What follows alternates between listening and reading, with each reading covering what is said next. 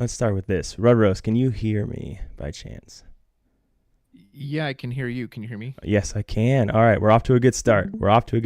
Next step. Okay. Looks like we have some lore on board. Looks like we have, oh, I can't click away there, can I? Okay. Sweet. We have some boards. Can you see everything? A-okay?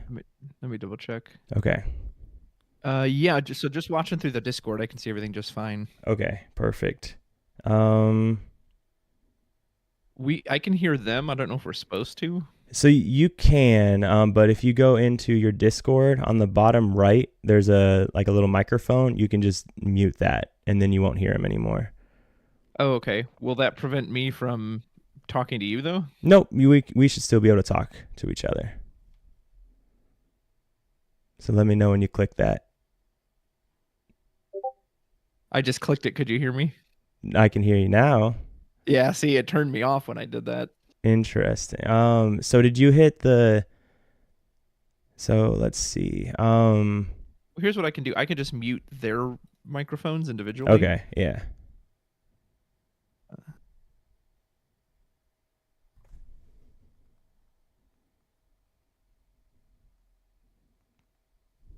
Once I figure out which one's which.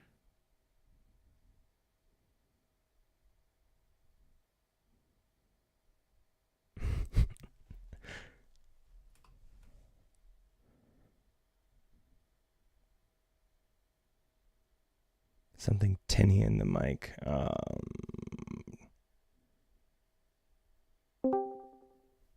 Who's that coming through?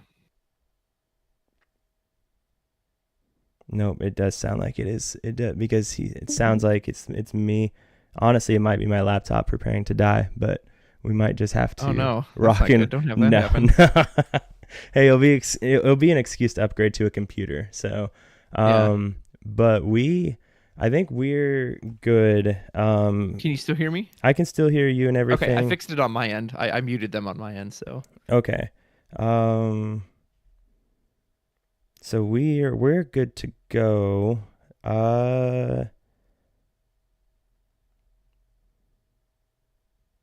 So are you good to go? Is Phil good to give them the go ahead? I'm good if you are. Sweet. Yeah, then we're good. Are you just doing YouTube or are you doing Twitch too? It should be live on both. So okay. And then hopefully this chat thing over here works. And if it doesn't, that's going to be really And there'll be a awkward. delay too, right? Yeah, so that might be, hopefully in about 10 minutes, we'll start seeing a chat. So, okay.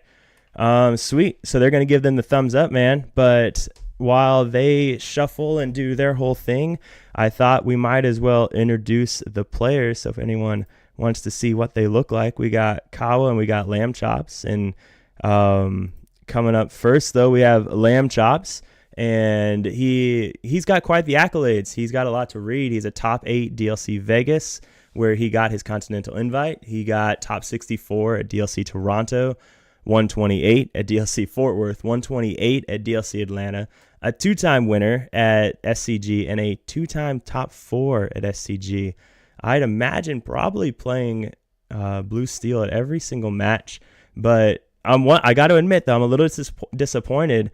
Lamb's hair looks so nice in this picture, and that's not how we all know and love him, but we'll forgive him this time and kind of go from there.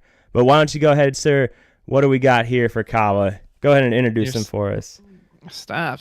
You're making him blush. He's got so many accolades. I will tell you as soon as I can find wherever it is. Sorry, give me a second. I'm like trying to go through all the pictures. Where's the Kawa picture? Oh man, can you either send it to me again or read it for me? I'm sorry, I can't find it. I'll tell you what, man. I will work on getting it sent to you. But they finished shuffling, so they're about to reveal their hand. Oh, so well, then never mind. I think what people care about more is what we're gonna see first. So absolutely. And then we'll reveal on their list here in a minute. So. Can we announce their deck lists yet, or are we keeping those secret? We can definitely announce them. So, but this is their opening hands, and I'll kind of just put in the list as we go when there's some thinking moments. So Lamchops on the left is playing Sapphire Steel. He probably has more set 6 cards Then Kawa on the right side. Kawa is playing a pretty traditional Under the Sea deck, which is Amber and Emerald. He does have one new card in there, which is a Heffalumps and Woozles. So either he felt like there wasn't much to really improve the deck with, or it was more, I'm going to go with my comfort play. And then as I get more time to test with the new cards, maybe he'll put a few more in as he goes along. Yeah, and it's so it's pretty exciting, It looks like they're just about finished with their mulligans, So I got Kawa's list up here, and as you said, you got the Heffalumps and Woozles coming in. That card in its own, just saying the word is fun enough. I know. But, there's something to be said about sometimes you don't need to add a whole lot of new stuff. If the wheel ain't broke, don't fix it, right? So yeah. So we see some goodness coming in here. So already a tough matchup for Blue Steel. And then, of course, we got Lamchops list up now, rocking the Pleakleys. And like you said, the Simba shift line with just one to deal with. I'd imagine that's in there for mostly red-purple, but it also deals with, a library or whatnot. So, but yeah, Lamb, of course, on his Blue Steel, what he's known for. And there's going to be some really happy people seeing him play Pleakley that I'm sure are super ecstatic right now. Absolutely. So they are resolving mulligans currently. Lamb's hand looks like mine whenever I play a blue deck, which is that early lucky dime, which you always want to see on turn one. Mm-hmm. I always make the joke, 4 popsicles in the deck, 2 lucky dime. Can never find the popsicle, always find the lucky dime. I was watching your stream the other day. You were casting one of the red-blue players, and you had mentioned the same thing. You're like, man, I don't understand how they can play their deck and not end up with lucky dime on turn one. I know. So. Yeah, I have several red-blue players at my locals, and they just seem to navigate the deck perfectly. Like, they always find Hiram, they always find the ramp, and like I play it, and it's like, oh, here's 6 uninkables turn one, even after a mulligan. Yeah, it's what makes it so interesting is I talk about Blue Steel being such a high skill cap deck list, and red blue in its own right as well. And we hear people all the time talk about how they brick and it's just an awful deck, there's too many uninkables. But then you watch people like Lamb and Sailor and Fam and Rip Lungs and all these phenomenal Blue Steel and red blue players, and they don't really ever brick, and it luck is definitely a part of it, but man, when you get to this level, skill is a massive part of it for sure. Let's see, on Kawa's side we've got a Hidden Cove to start. I do see the big Diablo. We do not have the little Diablo. I'm not sure if they've done the die roll yet. If he's going second, there is a chance he could draw into it on turn one, which would set up a great Diablo line. Looks like he is going second. Lamchops is going to ink the tink, as people at locals like to say. And surely this popsicle is going to come out as the follow-up. And he has Azurite Sea as well. Popsicle lets him draw a card. One thing about Azurite Sea, too, if you don't have a bunch of inkable cards, this card could, quote-unquote, backfire on you, so... No, you're definitely right, and that's it's one of the things that people consider and why we're seeing red-blue go to less uninkables, because they want to play that Azurite Sea so much. But we saw Bruno go down for an ink there, but the Azurite Sea for Lamb presents a really good opportunity, especially with that Fire the Cannons, because now he could Azurite Sea, get rid of the Fishbone Quill, and then get out Fire the Cannons. Yeah, but looking at what Kawa just played, it's a little difficult now. Kawa showing that we do indeed do not talk about Bruno as it goes straight into the inkwell, and we draw another whole new world. That's the worst feeling when you have the whole new world. You do not want to have 2 in your hand at once. So he has to ink either the Flaversham or the Quill. As much as I always hate to get rid of Flaversham, there's an argument here that you save the Quill so you can start inking some of these non-inkables. Nope, says we're not going to do that. If he doesn't draw an inkable off of this sale, though, he's going to ink Flaversham to properly ramp. Yeah, and that is a risk, right? But he gets to draw, and with so many uninkables already in his hand, the percentages go down more and more every turn. And the issue with fish, we see him ink the Fishbone there, or not Fishbone, but we see him ink the Fishbone and the Smee. But the thing you have to worry about is if you play Fishbone into a discard deck, you're starting to do what discard's already trying to do. Yes. So it's very risky. Oh yeah, and that's why we were all on Mickey's last set, or a lot of us were, because we didn't want to help Green Steel discard our hand even more. Yeah, absolutely. Lamb definitely hoping for an uninkable off the top so Flaversham can start refilling his hand. while Kawa goes ahead and gets rid of a Sir Hiss. Probably going to bring out the Ursula, I'd imagine. Scout the hand, see if there's any songs. Yep, which of course we know there are two. Ursula has her choice of what her preferred whole new world is. Yeah, and that's... Go ahead. Yeah, we were showing right there, Spessy kind of mentioned this on the stream the other day, that normally turning your cards to face your opponent is like a polite thing to do so they can easily read them, except on stream, it actually makes it more difficult since you're looking at them straight on. Mm-hmm. And this is one of those advantages, too, to inking the fishbone, because most likely they always play Ursula next, right? And now, another whole new world. Oh, goodness. That's not what we want to see. I don't know if you've heard of this new place called Brick City, but Lamchops is apparently the mayor of it. That is very true. Oh, my goodness. We were just talking about bricking and how these great players don't, but hey, this is just what happens sometimes. It happens to everybody. It does. He's got to ink the Flaversham. That feels so bad. So this is our third whole new world. So we will not be finding new horizons to pursue very often in this game. Oh man, and that whole new world, not whole new world, but that Flaversham is what probably the most important card in your deck in this matchup, as well as Green Steel. So just losing that just hurts a lot. It does. If he could move Diablo to the Cove this turn, he could safely put it out because he knows Lamb still has the Fire the Cannons. However, it would take all of his ink to put out a Diablo here, so it could instantly get banished to the Fire the Cannons. So maybe Prince John, you could also just go in on Ariel. Fire the Cannons doesn't threaten that. Try to dig a little deeper. I kind of like that. I think Ariel is the play here. No, His goes into the Inkwell, and will it be Ariel? No? Oh, is he gonna... Oh, actually, he wants... Wait till you see his face. Oh, man. He's like, wait a minute. I just saw this hand. This is the same. Are you sure that we didn't just rewind in time? And a second whole new world is gone. Oh, my goodness.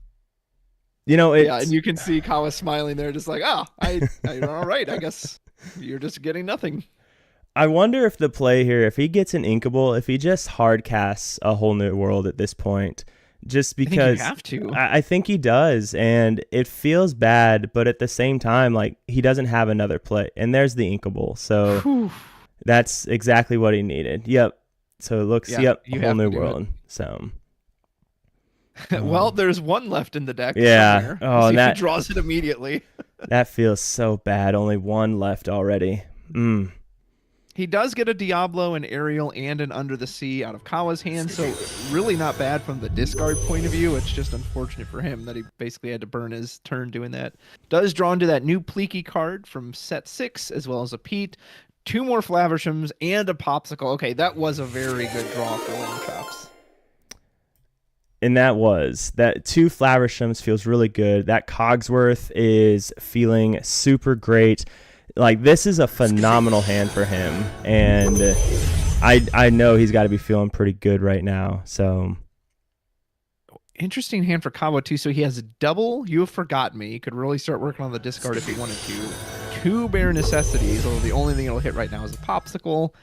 Another Sir Hiss, looks like at least 1 Kita off to the side, possibly a second one, and another version of Diablo, which now on turn 4, he could play the Diablo, move into the Cove, and the Fire of the Cannons is gone anyway, so. Yeah, and he's got to be feeling good about that, seeing one of those Fire of the Cannons be gone. But one thing he does have to worry about now is he's already lost 2 Ursulas, so he's lost all that hand knowledge. So he can't really see, does he have a Grab Your Swords in hand? Does he have a Tinkerbell? You know, those big cards right there. And there's a Bare Necessities, which, okay, never mind. Ignore everything I just said. Forget about your worries and your strife. So we're going to just pick that Popsicle right off of the pack and throw it straight into the discard. And that's got to feel good. Anytime you make Blue Steel lose those items, it's a draw, but it's also an engine for Flaversham. That's going to feel pretty good as well. But you got to know Kawa's a little, it never feels good to see those Flavershams like that. Now that he knows the way is clear, I think Mhm. I like going in on the Diablo, put the Diablo down for 3, move it into the cove for 1. Your opponent essentially would have to top deck like a Zeus to get rid of it, and even then that would be their entire turn. So but at the same time, like, is that a Diablo on the far left? I'm assuming underneath his. Yes, Okay, underneath so the symbol. the nice thing there was, that Flaversham's going to start coming down. So if you get the Diablo down now and then turn it next turn, you can start getting those draws. So, and there's only one whole new world left. So your hand starts getting bigger, and there's not a lot of risk of losing that whole hand. Lamchops continues to be the mayor of Uninkable City. Luckily, this time he's got a lot more ink to work with. The Calhoun can't hit evasives, although it could start beating up on the Ursulas, so I don't dislike it for that. If you're worried about a bunch of songs coming out next turn, you could also play the Pete just to make sure your opponent doesn't do anything. Although I guess you could do Pete and Calhoun. You could ink and do a Flaversham and Calhoun as well. Flaversham first, see what you draw. Looks like that's what he's going to go in on. And then you can follow up with the Calhoun as well. Normally Cogsworth is such a great card against non-Ruby decks. Mm-hmm. However, Under the Sea does still hit the Cogsworth, so he's not quite as safe here as he is in other matchups. No, that's very true. And one of the nice things is, I believe if we look at Kawa's list, I'll throw it up real quick. Kawa only has 2 Under the Seas left in his deck. He's only running 3. So you've got to be feeling a little bit better about that. So, but now we see Lamb with the Tinkerbell coming in. So that feels pretty good, because now he just needs to grab the swords or fire the cannons to take out the Diablo. Mm-hmm. Yep, there is the Calhoun. The Calhoun can start punishing these Ursula. It does have that Robin Hood champion, or it was a Defender of Sherwood Forest effect, where it can gain 2 lore when it banishes a character. And with resist 1, it means these Ursulas won't even be able to damage it back. Oh yeah, and if you throw down that Cogsworth, you can pretty much guarantee it's going to live through anything now.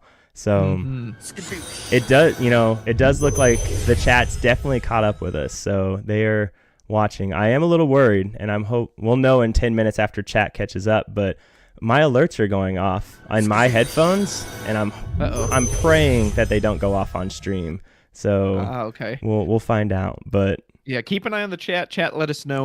We are making sure. Let us know if there's any audio issues, video issues that you can't see or you can't hear something correctly. So please let us know, because I know we're on delay, and then we can fix that as soon as we're able to.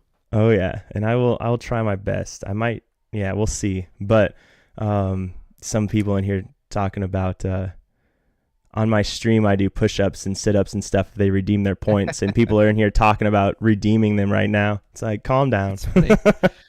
Kawa inks, I believe, the 3rd Sir Hiss. He doesn't have an amazing turn here. You could go for a double discard with You Have Forgotten Me. You could just play the Kita, which will protect your Ursulas for a turn, but that's not like amazing, and you don't have an Under the Sea to sing yet either. You have nothing to challenge, so Cricky doesn't make a lot of sense. Maybe it's just worth it to go in on a You Have Forgotten Me.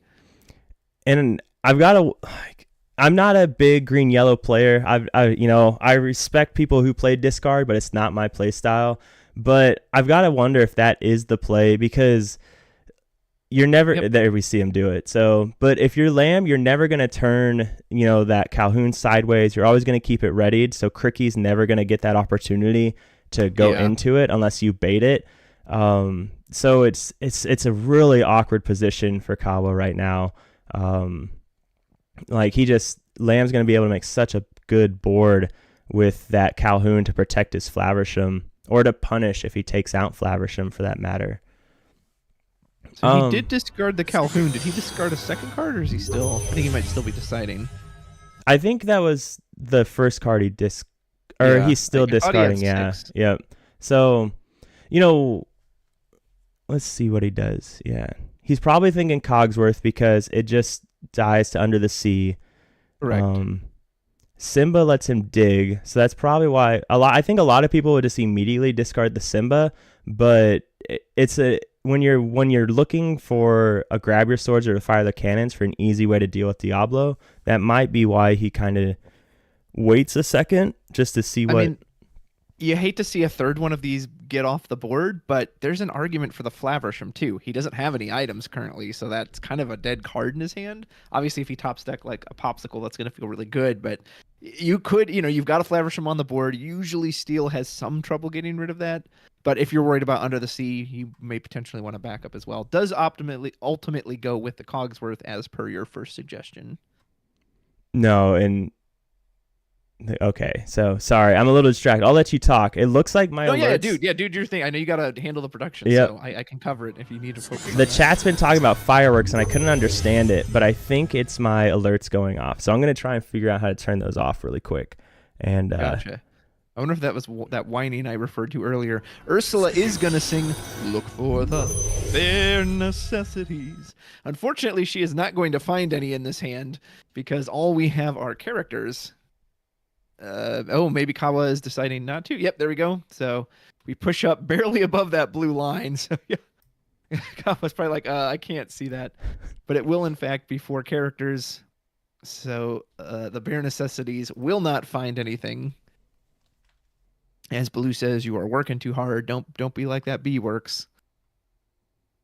We can move Ursula into the Hidden Cove. All 3 of our characters are now at the Hidden Cove, and we can start getting some value off this Diablo as he quests for 1. And probably, you could have Ursula quest for 1. Again, she's at the Cove. So Calhoun wouldn't even be able to take her out, and Ursula would actually deal return damage. So I think you're pretty safe to quest with this Ursula. Even a Tinkerbell doesn't threaten you right now at the Cove. Well, I guess they'll still take the damage, but yeah, he decides to go for it. So I guess we could punish with a Tinkerbell, 1 to the board. Calhoun then can hit the Ursula. It would deal it 3 damage, which would be just enough.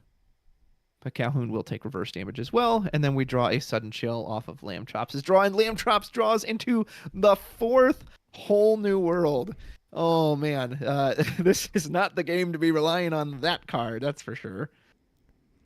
Both players actually getting just kind of some awkward draws. I don't think either of them have started in a, wow, I'm just going to go to town and race to the finish line kind of fashion. It is interesting because now I wonder if he's regretting getting rid of that Cogsworth, because it's such an excellent way to be able to sing Whole New World. Yeah. And then you get to use the effect first, right? You get to use your 7 cards before they do. So there's an option. There's a Cogsworth. Look at that. So now what does he discard to play the Cogsworth is the question. Or what does he discard off of Simba? I think maybe the Flaversham. It's not doing anything. Oh, he doesn't. There goes the Cogsworth. Okay. So he does not value that card. And remember, that is a draw and discard, so Diablo did trigger for that as well, allowing Kawa to get the aerial. Here comes the Tinkerbell. The giant fairy is going to, on entry, put 1 damage on every opposing character. Looks like we are going to take out... Oh, we're actually just challenging the Hidden Cove. Interesting. Okay. The Calhoun should have had enough to take out one of the Ursulas if he wanted to, but clearly not too worried about the lore. Just wants to get the Cove out. That way, this Diablo will be more susceptible to cards like Fire the Cannons. We do get a Bruno in hand, which we can use this. No, we don't have enough ink, because I would say we could use the You Have Forgotten Me to empty our opponent's hand, but then the Bruno, we wouldn't be able to cast it, but still we'd have our opponent on no cards in hand. And that Whole New World is Lamb's way to get back into this card advantage wise. Mm-hmm. Oh, it's rough though, because he has to be able, he wants to play Whole New World next turn. And he would much rather... I'm going to turn your mic off for just a second, because I just got a hype train and I haven't figured out how to turn my alerts off, and this is awful. But, okay, so he wants to sing it with Tinkerbell instead of hard cast it, because the other issue that he runs into is if Kawa turns his Diablo sideways, which there's no reason he shouldn't, that Diablo has the option to draw 14 cards. So that's pretty good. That is a lot of card draw. Am I back on? Yes, you're back on. Yeah. Now, the nice thing is, as long as he only turns the Diablo sideways without any way to hit evasives, he's safe from the Tinkerbell retribution. He doesn't want to quest with an Ursula as well, because then Tinkerbell can punish the Diablo. But Yeah, Kawa's not. He's still in kind of an okay position. I think there's a line here too. Either you just discard your opponent's hand and say, okay, you're in top deck mode, or you put down the aerial, see what you get. I can't remember if he's inked already this turn or not. If he's already inked, he can't do aerial and the You Have Forgotten Me. You don't really want to sing Sudden Chill with the Ursula. Again, you don't want to open yourself up to that Tinkerbell effect. What is going to go in on aerial, I'm thinking, with the 3 tap. Yep. Nope, still not sure. Not an easy decision. Cricky doesn't do a whole lot for you. Again, you don't really want to send your characters into his. Diablo is the only character you want exerted at the end of this turn. Are we going for Kita? Are we just doing a protection? We are? Okay, so when Kita enters the field, she's going to reduce the strength of all characters on the field by 3 until the start of your next turn. So that means that Tinkerbell now only hits for 1, so now he actually can just quest out because there's nothing Lamchops can do to come back and get it. Sorry, I think I figured out the fireworks. These guys are gonna have to deal with it for another 10 minutes, but I think I finally figured out how to shut them off. So okay, I apologize. I was messaged and told sound effects were going crazy for people on stream. Mm-hmm. But I think I figured it out. I didn't, and it doesn't matter. I think I figured it out. I think they're gone. I think everyone will be much happier and not want to find where I live with pitchforks. So I apologize. Are you write to them in the chat and let them know if you haven't already? Yes, good idea. Thank you. Good idea. And we will pass after that on Kawa's side. Pretty nice play with the Kita. You get a big body on board. You get some good lore questing. You have essentially neutralized the Tinkerbell for now this turn. Looks like we're going to ink another Tinkerbell, which tells me we're going to go in on the whole new world. Pete comes down and says, hey, no actions in case whatever you were up to. Looks like we're up to 8 ink on Lamchops' side. Well, and if this Tinkerbell can't attack, you can just have it sing, a whole new world, a dazzling place I never knew. This is the final whole new world on Lamchops' side, so he will not be able to rely on that card anymore in this match, as all the other ones were previously used or discarded. Kawa shows his hand as well as both players refill. And I see 3 straight actions for Kawa so far. And then 2 characters, there's a 4th action. Okay, so not a great hand specifically for this turn because the Pete is preventing all actions. We did draw Grab Your Sword, 2 Pleekies, which is okay. You could use Pleeky on the Simba to put it into the Inkwell.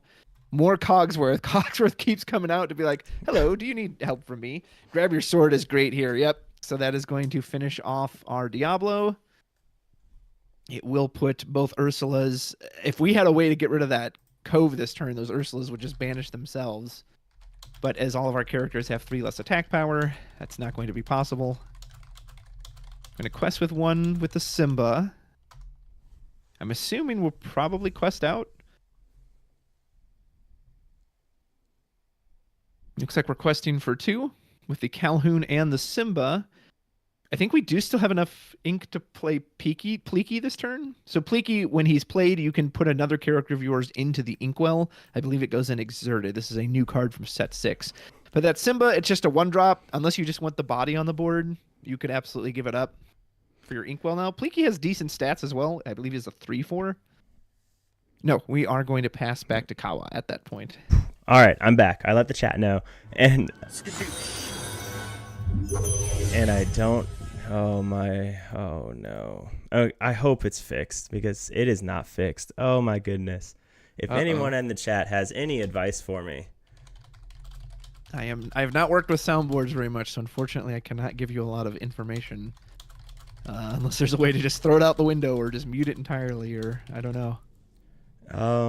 It's funny. I was watching you, or I was listening to you narrate, and I was like, those aren't the cards that are on the field right now, but it's because I had the 10-minute delay twitch up. And but okay, I'm gonna go back to work trying to turn off my alerts. So it's all you again. It's all right. So Kawa is going to decide what he wants to do on this turn. He has several actions, but he cannot play any of them due to the Pete. So instead, we are going to go in on the Muses, which will set us up for some future turns and power. Man, do you quest out here? So the Ursulas are going to be banished when the Cove disappears. Yeah. You do expose. Nope, we're just going to challenge in. Okay, yeah. Our power is restored to normal, so we just go ahead and get that Tinkerbell off the board now. I would personally I would probably quest with this Ursula just for the fact that I don't think there's any way the Hidden Cove is going to survive another turn here, and when that happens, the Ursula will automatically banish itself. I guess there's maybe an argument that, well, if you quest with the Ursula, he could counter with the Calhoun on the Ursula to make sure he gets extra lore out of it. So I guess instead of getting one lore yourself, you're denying your opponent lore. That's another option. We are on 6 ink. We have not inked this turn. We were on 6 last turn. We could set up a Sir Hiss. Not an amazing card here. We could set up the next Diablo. We're going to go in on our own Diablo, see what new horrors our opponent has in store for us. And we do have... Oh yeah, he's trying to... They're telling them in the chat to show his hand. And we will see we have double Pleaky, double Cogsworth, Aerial, which can quest for a whole lot as long as we can keep a single item on the board. We do have a Fortisphere in hand, although our Flaversham may wish to banish that as well.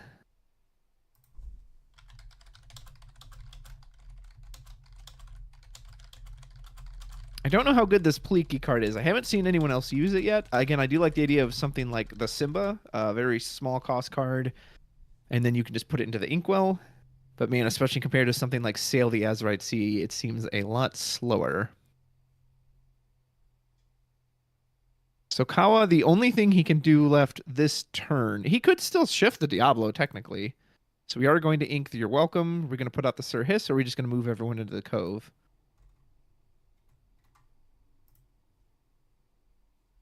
Again, I can't imagine that Cove is going to survive one more turn, so I don't know how worth it that is or isn't. You could trade with this Simba with the Ursula. Yep, and that's what we decide to do. Just kind of control the amount of bodies our opponent has on the board.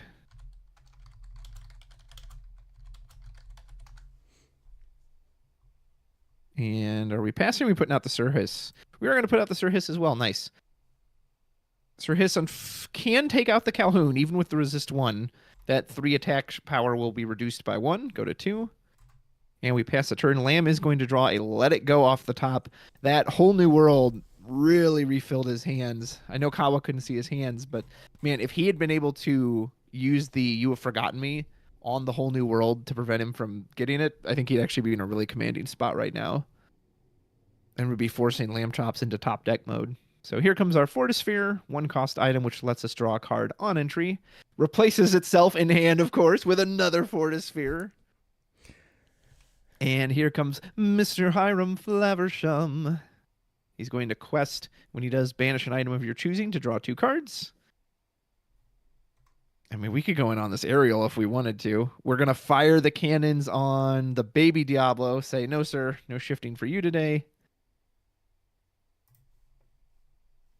The only other offensive move we have currently is the Let It Go.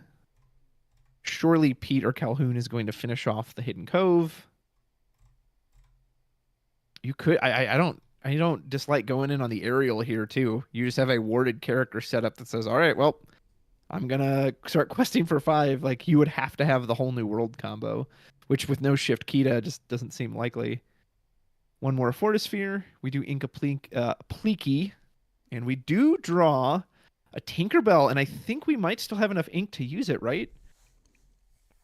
Because I think the only ink we've spent is the 2 Fortispheres. So we could Tinkerbell this turn, put 1 on the Muses, take out the Sir Hiss. You're in a pretty commanding position, especially with a card as strong as Tinkerbell just sitting there. And it looks like that is possibly what Lamb is considering. So if you want the offensive move, you go for the Tinkerbell, which is what we're going to do. The more defensive one is to put out the Aerial. Sir Hiss will be banished. The Muses will take 1 point of damage as well. you've got to think Calhoun or Pete is going to get rid of this cove. I mean, from a lore perspective, you don't have to, right? It's not generating you any passive lore, but it does give Kawa the ability to pump up his characters. Granted, you could always deal with it on a future turn because I don't think he has any way to heal the locations. There's also just not much reason to let it sit there. But Lamchops says differently. He says, nope, you can have that cove all you want. I'm in the commanding position. So we quest for 2 with both Pete and Calhoun. Pass to our opponent. Say, all right, let's see what you got. Kawa, no key to shift, no under the sea available. That's our big board clear.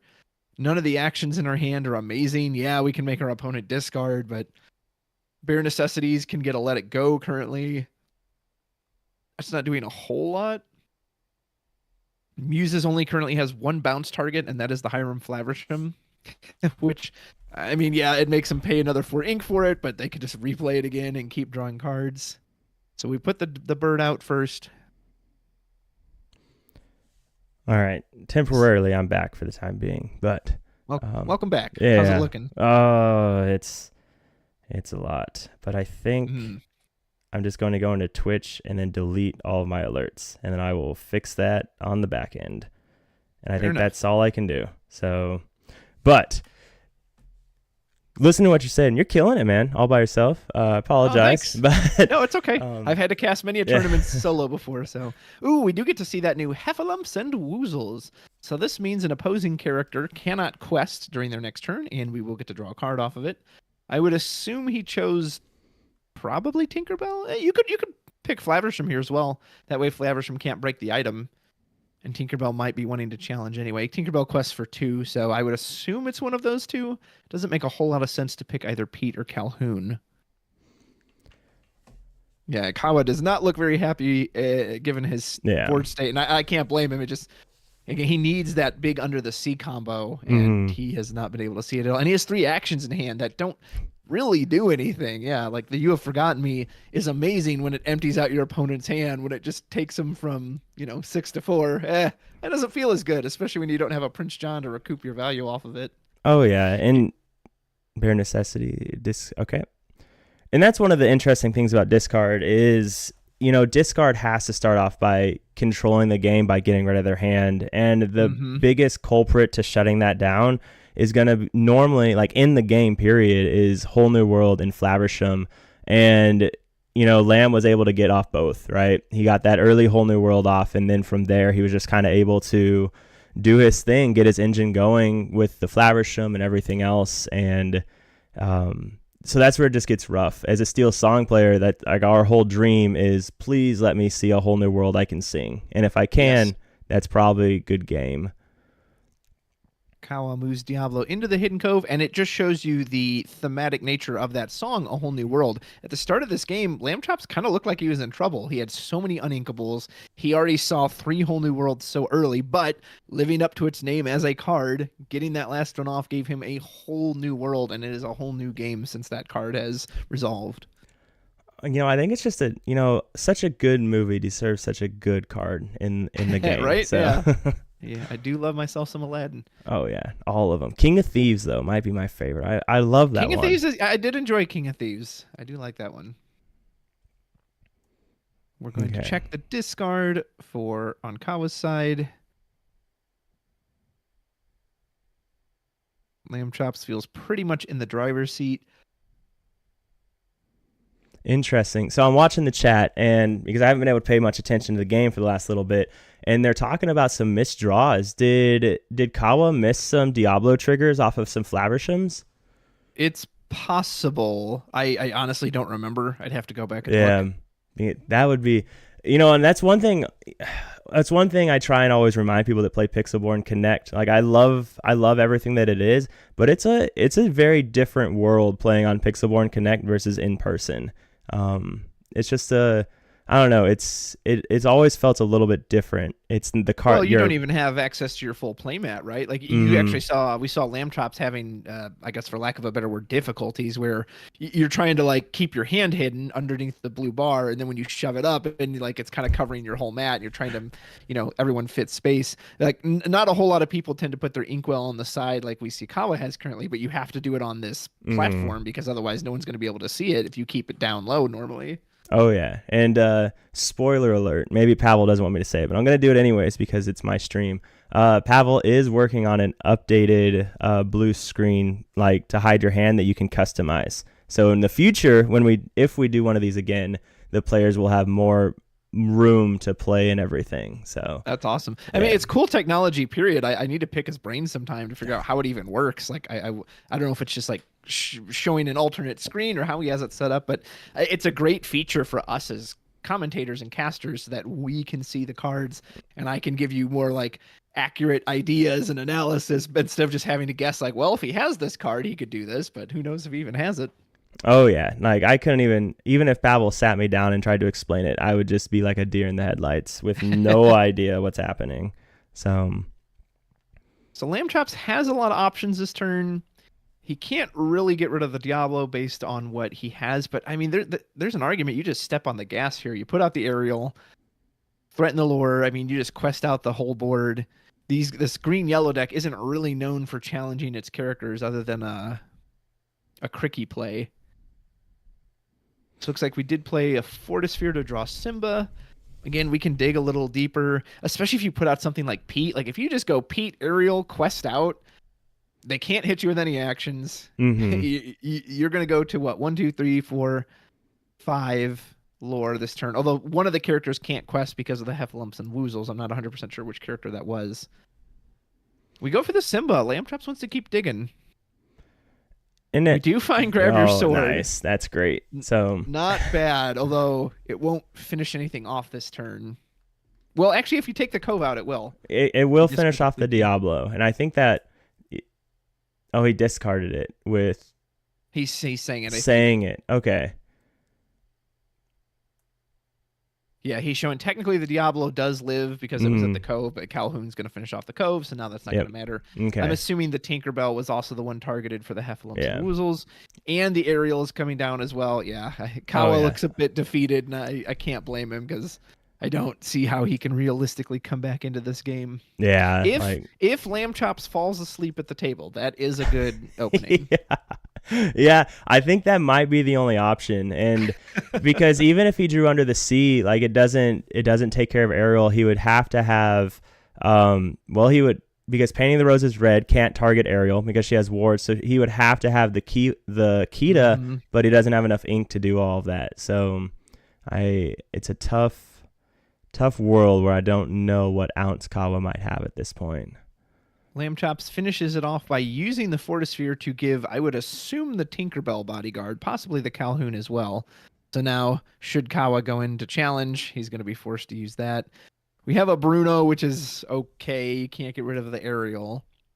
You can get 2 cards off the board if you Bruno and then Muse's Bounce. That at least, it slows him down, but it's kind of a defeat by 1,000 cuts at this point. So we do get another Muses. Okay. Although this will prevent us from using the Bruno. You could just do Painting the Roses Red, bounce Simba, bounce Flaversham. It's not amazing, but it is keeping your opponent slow. Yeah, this Under the Sea deck, when it pops off, it's so powerful and almost looks unbeatable, but it can have like a very bricky nature like this as well, where if it doesn't see its combo lines, there's just not a whole lot it can do. Oh yeah, and that's just, whenever I think of this deck, I think back to DLC Toronto and the gentleman who took first place. Like he had those super high roll hands where the opponent, which was a Steel Song player, just couldn't do anything because this deck, discard decks without a doubt have the best high roll hands that you can see. So there's just not a lot you can do about it. Oh, looks like he's picking up. So he did bounce the Calhoun after using Painting the Roses Red, but realized there's just not really a way out of this. So Kawa concedes, and we are going to go to a game 2. And I believe No, I think Lamchops went first on that game. So Kawa Hmm. will. Well, he was going to get to go first regardless, but I think Kawa won the die roll and went. Or sorry, I believe Lamchops won the die roll and went first on that previous game. Hmm. No, it's yeah, because I remember he inked the Tinkerbell first. So it Yes. looks Yep. like we do got Kawa going first. And um yeah, very interesting. It looks like, catching the chat's kind of catching up, and it looks like Lamb did play a whole new world when Kawa had a exerted Diablo, and then Kawa didn't draw 14. And I think that's kind of interesting if that is what I'm reading correctly, because Kawa already knew that if he, like, there were already two whole new worlds in the discard. So the odds of him decking out are so slim, whereas if he drew a full 14, he has, 14. Well, when he draws 15 options on what he can do going forward. I haven't been able to keep up with the chat. Did we get the sound issues fixed? Are we still working on those? We Or think so. I haven't had any alerts go off for about 5 minutes. So okay, either everybody has formed a team to say do not do anything else, or I've fixed it. So I'm hoping. Wonderland came in, helped me out. And I hopefully have it all situated. No one's yelled at me about it. okay, So awesome. Well, thank you for those of you at home watching in the chat. We love having you here. Thanks to Pavel and everyone for setting this up, and of course for my good man Meyer Madness here as well for streaming this. We know we had a few sound issues there to start. We do apologize for those, but hopefully that's all smoothed out now. I hope so, because that was embarrassing, and I'm very sorry. But I did want to go ahead. Go ahead. Oh, I was just gonna say, hey, it's part of the process, right? When you're kind of doing it on the fly and don't get a lot of time to like test or like hammer out the details beforehand. Sometimes you just got to go for it and hope it works. Oh yeah, and so for everybody that is joining in, I'm joined by Red Rose. He does have a YouTube channel. He does looks much better than mine, if I do say so myself. Some great editing, good You sir. flatter me. So Thank you. and we have our head judge. It was supposed to be Phil, but I don't remember if he had to sub out or not. Okay. But we do have a head judge in here that's kicking butt and keeping us in line. Let me go ahead and turn this deck list off, because it looks like they're doing their hands. And while they get their hands going, though, another shout out to Pavel for putting this whole thing together. It seems like it's been a huge win. Players are loving watching the games, and just highlighting what Pixelborn Connect is capable of. So really love it, Pavel. Andy, if you're watching, I know you had a request about seeing Lamchops' accolades. If we have some time, maybe between this and a third game, if we get one, we can show their accolades screen. We tried to do that right at the beginning, but it kind of got cut off because the match started. So if we have time, we will go into that. All right. Watching for judge. Okay. It looks like the judge is stepping away for just a few minutes, but we will have Pavel watching. So we are resolving our mulligans here for the second game. We have Flaversham and Popsicle and Calhoun. That's a good start for Lamchops. We see at least a tiny Diablo on Kawa's side. I believe this is post mulligan, or yeah, it looks like Lamchops is still deciding his. Kawa looks like he may have already resolved his mulligan, but I'm not 100% sure. I think you're correct. Yeah. So I don't remember what it was, but it looks like he is leaning back and ready to rock and roll, waiting on I was the blue checking steel the other player. discords and everything, so I apologize if I missed that. We're always waiting on blue steel. That seems Still to be the not an line, amazing opening for Kawa then. He's got the baby Diablo, but I don't see the large one. He has some actions if he can draw into it. So if he can draw into it on his second turn, that will very much stem the bleeding and well, maybe not stem the bleeding, but it'll give him the start he's looking for. But it's gonna have to be that top card of the deck. He's going with a really heavy mulligan. It looks. Sometimes when I go first, especially, I will keep a card that I don't necessarily even want just because it's ink. Mm-hmm. Because so many times I've over mulliganed and then suddenly I'm stuck with a bunch of uninkables. and going first, and you don't get to draw that card for turn, and it's like, oh no, like now I have to give up a card I really didn't want to. Oh yeah, it's one of the reasons normally in a lot of decks, like I'll keep a lot of 1-drops just because I normally don't want to see them super late, like much later. So get them now, get them out of the way. But so it looks like he ended up mulliganing 5. He was debating keeping the Calhoun, probably just to keep early lore and to keep. If he kept Calhoun, then it would keep Kawa from being able to quest with those the 2-drop Ursulas.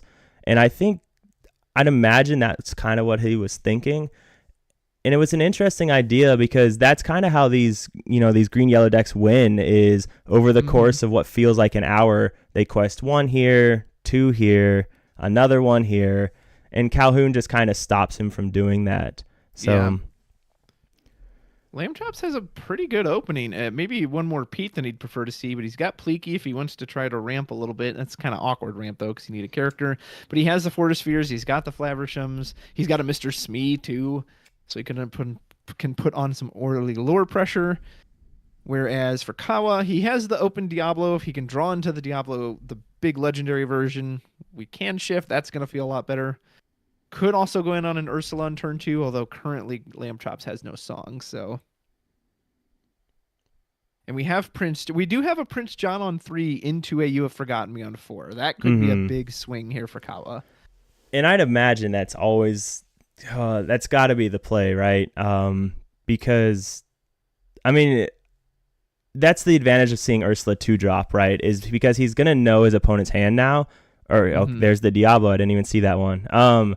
So now he's going to know just how great of a play Prince John into You Have Forgotten Me really is. And that's so much card advantage when you see that your opponent doesn't have a wheel. Because now, if he didn't want to, he also doesn't have to use Ursula here. He could be patient. He knows there's no song, so unless Lamchops gets one off the top. Flaversham is going to be very important here. We're actually just going to ink the Smee. Potentially, well, that Calhoun probably changed it. We want to put that out on 2 instead. And put out a Popsicle, Tale as Old as Time for Sapphire Steel, Popsicle on turn 1. We get a Simba. There's one of those early 1 costs. You're happy to ink if you want. Although Lamchops has been favoring them. He seems to really like the digging and the draw power that Simba gives him. Yeah, and that's, I do love that. It's like a cantrip in the sense that you do get to draw a card, you get to make a choice. Like, do I really need the Calhoun here? It's uninkable. Maybe I discard that for what I draw. But the other advantage of Simba is Simba makes for it draws you a card, of course, at the having to discard, but then you also get to play Pleaky on top of the Simba. So you get an extra ink and a 3/4 body on board, which has to feel pretty good. What doesn't feel good is Kawa's draw of a Bare Necessities. He knows there's no song. I mean, you could take the risk for the Ursula to see if they draw into it, which he is going to do. He will get another hand scout, but there are still no songs for our opponent to snipe away there. This does at least set up the Ursula, so on the next turn, you can play Prince John, use the Bare Necessities. If that Fortisphere is still in hand or there's something else we can use, you can at least force a discard, and then John will draw you a card. But not an ideal opening for Kawa. As Lamchops gets a Tamatoa off the top, is definitely getting a lot of these characters, and he's going to ink it right away, and we'll put out Calhoun. This does mean the Bare Necessities does at least have a target. It is live. Although currently we're going to have to ink that You Have Forgotten Me if we can't get something else. Another Bruno. Ink Bruno, play Prince John, sing Bare Necessities, discard draw. Not incredible just because it only gets a Fortisphere, but hey, it's something. It starts pushing you towards that card engine. And then that's just it, right? You get to draw a card and they lose a draw, and that's got to feel good. And it loses the Hiram loses a piece of its engine. So because right now it's only the pop on board, so you get 2 draws off of Hiram right now. So the one downside is if Ursula does sing this, he's exposing it to that Calhoun, which not only can remove the Ursula very safely, won't even take the damage back, also means he'll start gaining 2 lore. So that part doesn't feel good. And you can tell that's what Kawa's thinking right now too. Yep. So he either just has to pass here. And he does. Okay. And that's the issue is, how does yellow green even deal with Calhoun other than Bruno or You're Welcome? Or the under the sea key to shift. Yeah, exactly. And that's another one of those steel cards that can just kind of punish some of those early small bodies.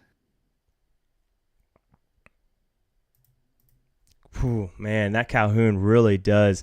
What a card! What a monster of a card! And that's just it. I just did a video on some Steel Song stuff, and I talked about how Calhoun on 2, you might never get to kill anything or banish anything. Disney kills nothing. You might never get to banish anything, but it stops your opponent from doing stuff, and that's a power in its own. So. Yeah, just by sitting there, she says, all right, well, you won't be questing anytime soon. I mean, all 3 of these green characters could run into the Calhoun and they'd do no damage to her. She'd fight him off like all the cyberbugs she fought in her own game / movie. So Lamchops could go triple 1-drop here. He could go Fortisphere, Simba. He could also just go Pete and say, well, if you were planning on any actions next turn, I don't think so. You could Pleeky, if he's optional, you could just put Pleeky out as a body. You definitely don't want to sacrifice the Calhoun. And I mean, go ahead. I don't dislike the triple 1-drop. Fortisphere, Simba. Draw 3 cards before your opponent potentially has a Diablo. Mm-hmm. And it really doesn't feel bad because at this point. And then next turn you have the option to play Hiram or you have the option to play Pleakley to get the free ink. And getting that free ink is always so important against discard because that's the biggest thing is if discard does its thing and you're stuck at 4 ink, like that's a bad place to be in. So he actually does ink one of the Fortispheres and is going to go in on the Pete. And just saying, all right, well, if you were planning on doing any shenanigans next turn, which he definitely was, that you forgot me would have been really nice. Yes. Pete coming in with that whistle and just throwing the hands up. Nope. Putting a stop to that right now. Well, the good news for Kawa is he did draw Diablo. The bad news is it's not quite the one he was hoping for. Ooh. Well, and Lamb, now that he sees that, like he has to go Pete again, right? Just slow down the card draw. The nice thing for Kawa here is because Lamb wasn't able to ramp, there's no threat of a grab your sword. And we know that Lamb doesn't have it anyway, but that would be devastating here to clean up all these Prince Johns. Oh, but it would feel so good. So I wonder if the play here. Oh, see, and I think you just go Flaversham. I think that's the safest play. Keeps your hand full in case he goes for the discard. Because you could you could dig a little bit longer, right, and try and find the grab your swords because you could go Pete and then you could go double item to draw, inking, Pleakley if you really wanted to, and that way you're just digging a little bit longer to find that grab your swords, and then the Prince Johns don't get the draw anyways. So. Looks like he likes your suggestion. We did draw a 5-cost uninkable song, but it was a whole new world, not grab your sword. So we know that Kawa doesn't have it, but the only thing Lamchops has to be, I guess, a little mindful of, if he were to put out something like Flaversham, is that he can sing together grab Under the Sea at this point. However, it's not going to deal with something like Pete or Calhoun, which are just too strong. He has to have the key to line for it. No, that's a really good point, though. Like, yeah, you still get the Calhoun, so the Calhoun immediately destroys your Prince John, but the ability to get rid of the Flaversham would be really good. So that definitely is amazing. An option. I don't know if I like giving up 8 ink to get 1 Flaversham off the board. That doesn't seem like a great trade, but so we are going to ink Pleakley. Mm-hmm. Are we going to go for the second Pete? Looks like he liked your suggestion. Yep. Okay. He is doing exactly what you said. We're going to go for a popsicle draw and a second Pete to say, all right, I know how much you like your songs and I know you like your actions. Please don't. And then now he's trying to figure out. I mean, you always quest with these guys. Yeah, you always quest because there's no danger of Kawa running into these. I guess if he like pulls a Cricky off the top. He didn't quest with... And I wonder if that's why he didn't quest, because of the potential for Cricky. Like, he just really wants to save Calhoun. So yeah, I mean, he's under no pressure here, right? yeah, Like, exactly.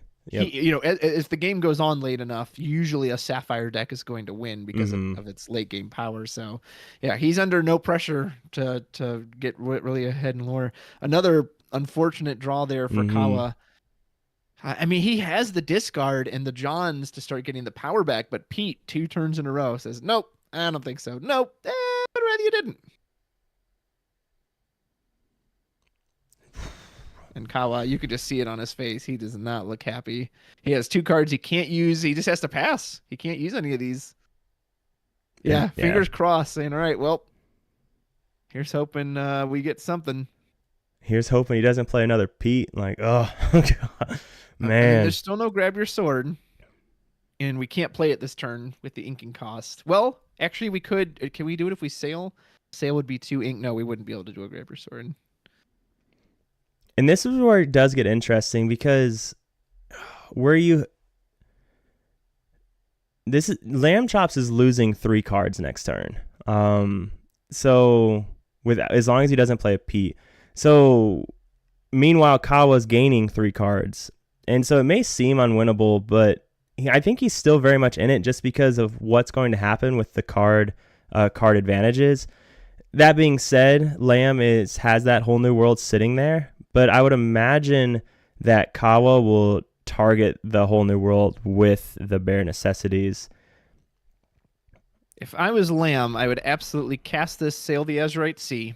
You will be able to draw a card. You can then still ink twice per turn, which would still leave you with 4 ink, and then you just slam down that Flaversham. So that way, if he does make you discard, you have your draw engine online with 2 items sitting there to back you up.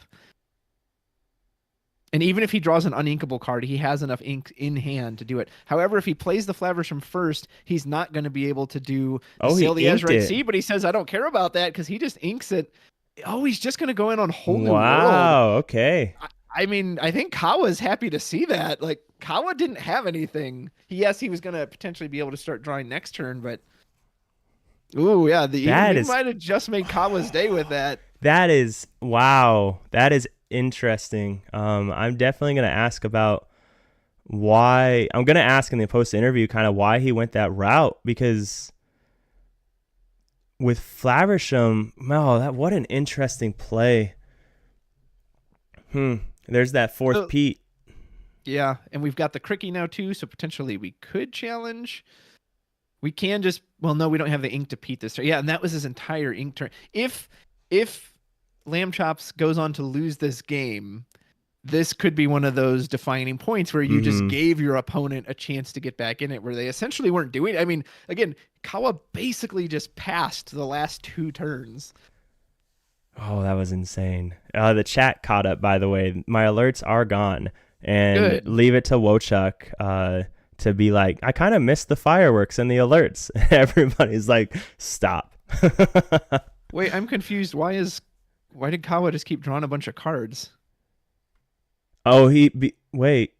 Oh, because he discarded. Oh, so whole new world because of the Prince John. Yeah, okay, that's right. Ooh. I always forget it's that trigger. So yes, so the Prince John trigger, and that's why he checked his discard. So for every card that Lamchops discarded, both of the Prince Johns trigger, so he can draw additional cards for that. So yeah, he just gave Kawa like 12 cards in hand. Now, is Prince John, again, I don't play a whole lot of green, is it a May option? Or it is. Okay. I think, because I made that mistake with the rabbit the other day, I thought it was mandatory. I think it is. Nearly every card draw effect in the game is a May. It isn't optional. Okay. There are a few, like Earth Giant, which are mandatory, but most of them are optional. The majority of them are.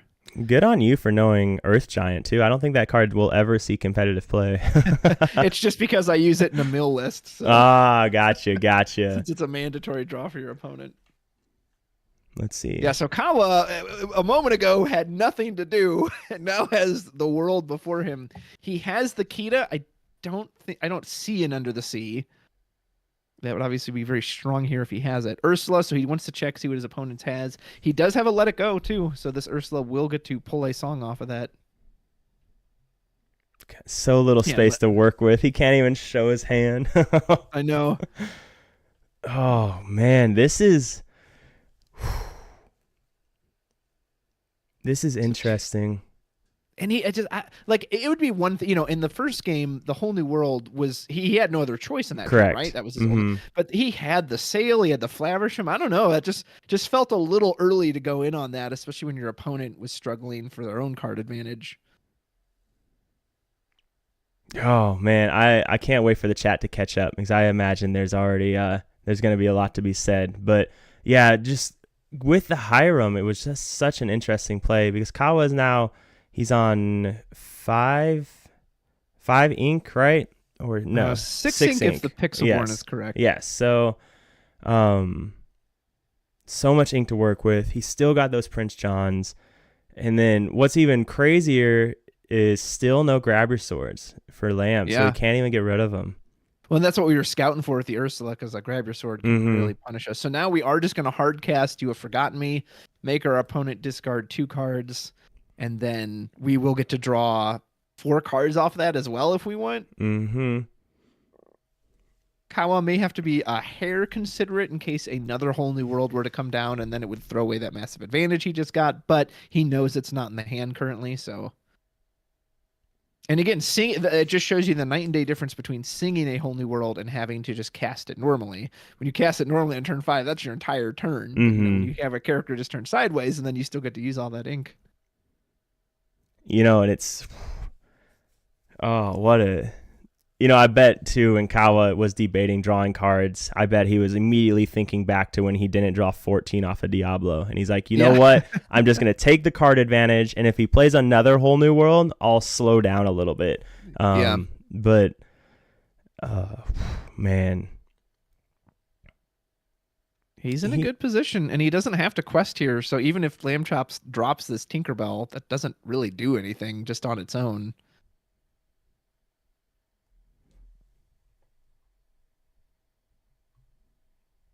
Kawa is surely considering that. That Calhoun is still a threat. That Calhoun will favorably trade into anything and get some lore value in return. Oh, interesting. So the chat, I saw in the chat, so Pleakley is actually a mandatory. So if he would have played he couldn't dry cast okay, Pleakley. So he is optional. Yeah, I haven't seen anyone use that card yet, so I'm not super familiar with him, but yeah. So that's interesting. Wow, that's interesting. He's not optional. I would have thought maybe they'd give it that text, but nope.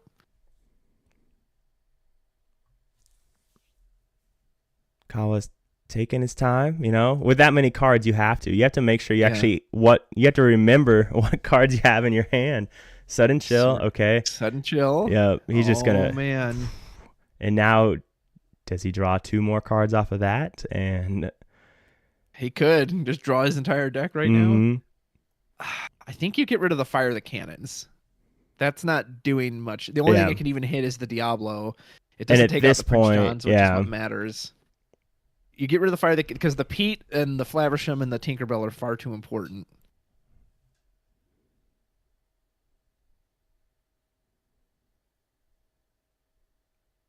Oh man, Lamb definitely. Yeah, it can never be the Flaversham at this point. No, that's because your opponent now has a full grip of cards in hand. They have their Prince Johns. They are coming for your hand at this point. Flaversham is the only thing that's going to keep you at least somewhat healthy. And the Pete can stop all that next turn too. So personally, I'm giving up the Tinkerbell or the Grab Your Swords first before I'm letting go of the Flaversham or the Pete. Oh, sorry, I said Grab Your Swords. I meant Fire the Cannons.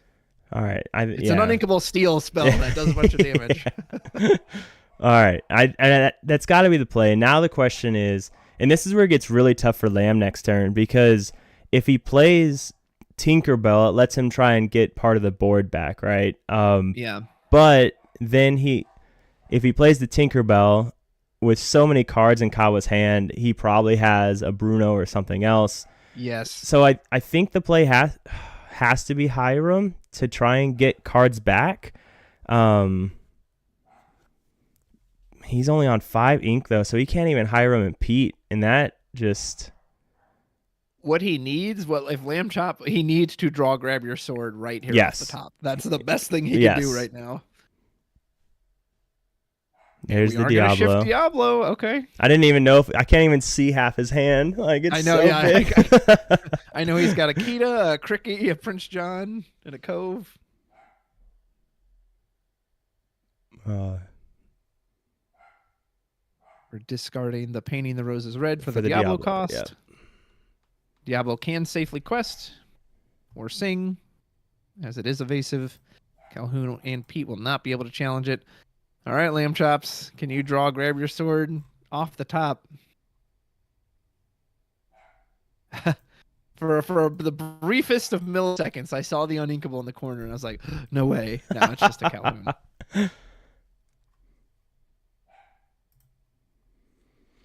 I think Tinkerbell is a bit too risky here when your opponent can Bruno or Under the Sea. Mm-hmm. I mean, granted, Under the Sea is going to clean up a Flaversham too, but at least you'll keep some cards in hand. Mm-hmm. Ooh. I mean, Calhoun can at least take out the Ursula. Yeah, Kawa showing us on our screen just how many cards he has in hand. And we've pretty much got everything. We see the Bruno, we see the Under the Sea, we see the Kita. And he has enough singers to sing together. Oh, he's going to use dice. What a gentleman. Is that 16? Oh, my goodness. So before that whole new world, his opponent had 2. Yeah. 2. Oh, man. That song is looking like it might backfire big time. But maybe not. It's not over yet. So Calhoun will challenge the Ursula, banish it, gain 2 lore off of that. But look at Kawa's. You can just see in Kawa's body language, too. Like he's feeling so good. Yeah, he's like, what a difference. What a difference the turn makes.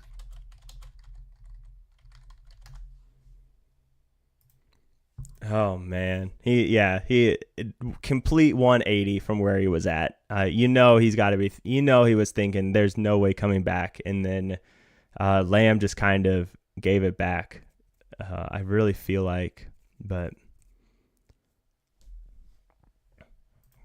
Prime Lamb here. Play Flaversham. See what you draw. You need to expect. Again, he has so many cards. You need to expect a board wipe. Like that Tinkerbell is not going to sit around to be able to start putting damage on these characters. Mm-hmm. You with 19 cards in hand, like exactly. You have to know there's always an they want. Exactly. I think it was 16, but still same thing. Like, it is crazy to think though. Like a 60 card list. I assume he's 60. So if he has 16 in hand and 4 on board, he's already down to probably 30 cards. So 30-ish, somewhere around there. So you're saying there's a chance for deck out. There's a chance for deck out. I think that's got to be the only route, right? Oh, the chat caught up. The chat caught up to the whole new world. Oh, is that where they're at now? Oh, my goodness. Oh, yeah. Oh, boy. Oh. And this is where the green-yellow, this is where I always find it so agonizing to play against green-yellow because they have all this on board. They can control so much, but they're still going to take so many turns to get to 20 lore. Because they quest so slowly and for good reason, right? But so kudos. Yeah, it's not meant to rush you down. It's meant to grind you out with its combo plays. And honestly, that's probably the reason I could never play it. I don't have enough patience. I would just get to the point where it's like, all right, yeah, I'm just gonna turn everything sideways and see what happens. Like, oh man. I mean, it looked amazing for Lamchops, and the script completely flipped here. And granted, even if he hadn't cast the whole new world, Kawa was going to use the "You Have Forgotten Me," so he was at least going to draw more cards. But again, that's not a song, so that takes pretty much all of his ink for the turn. Correct. So even if it sets his hand up for the future, that's it for that turn. That's kind of it. It's the one and done. So Lamchop's still really trying to decide what he wants to do here. You could Pete and just stop whatever your opponent thinks they're going to do, but Pete and Calhoun then are your only options this turn. I wonder if he wanted to wield just to try and grab your swords with so many Prince Johns, and that was the whole plan. And then just try and come back after that. Yeah, it's possible. Which again, it's so good if you can sing it right, because then you can immediately use the grab your sword. But if you're giving your opponent that first chance to, you're giving Kawa, oh, okay, well, before you even take an action next, I can Ursula, I can Bare Necessities, I can check your hand, make sure you don't have that grab your sword. Lamb is just like, oh, he's just, what world do I go right? What route? Oh man, it just feels Cannot see so Lamb's bad. body language, but I imagine it's one of just, yeah, oh man, I'm in trouble now. Because whatever he draws off of Flaversham, like, I don't know what discard. I don't see any discard cards. Is that a Bare Necessities under Prince John, maybe? But you've got to know that whatever you draw is most likely getting discarded. Absolutely, yeah. Again, with that many cards in hand, you just have to assume it. I'm pretty sure that is Bare Necessities. We may have another You Have Forgotten Me as well. I think Bare Necessities would be the worst, like the best card for Kawa, because there's a world where maybe he goes Flaversham to dig for another whole new world with the goal of just, I'm going to try and deck you out at this point, or get a grab your swords that you can't get rid of. Lamchops seems stunned right now. Yes, he does. Someone in the chat asked if this was like slowed down. It's like, no, there's just a lot of critical thinking going on right now. So, all right. So he is going to, it was at the flat. Yep, it was the Flaversham. We're going to draw 2. Make sure we banish that item, by the way. Yeah. You do have to banish an item for that. He you does. don't just get to draw 2 for fun. We'll let the judges catch him. We get to be the fun guys. Draw a Fortisphere and a Simba. Fortisphere is not terrible just because you can get 1 deeper. Diablo will draw for that as well.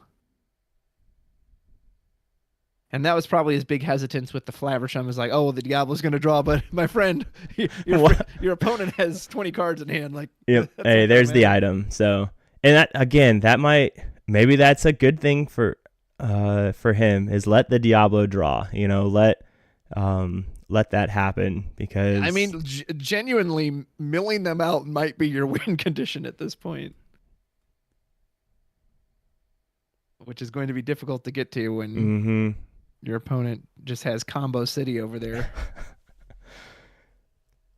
Oh, it's rough.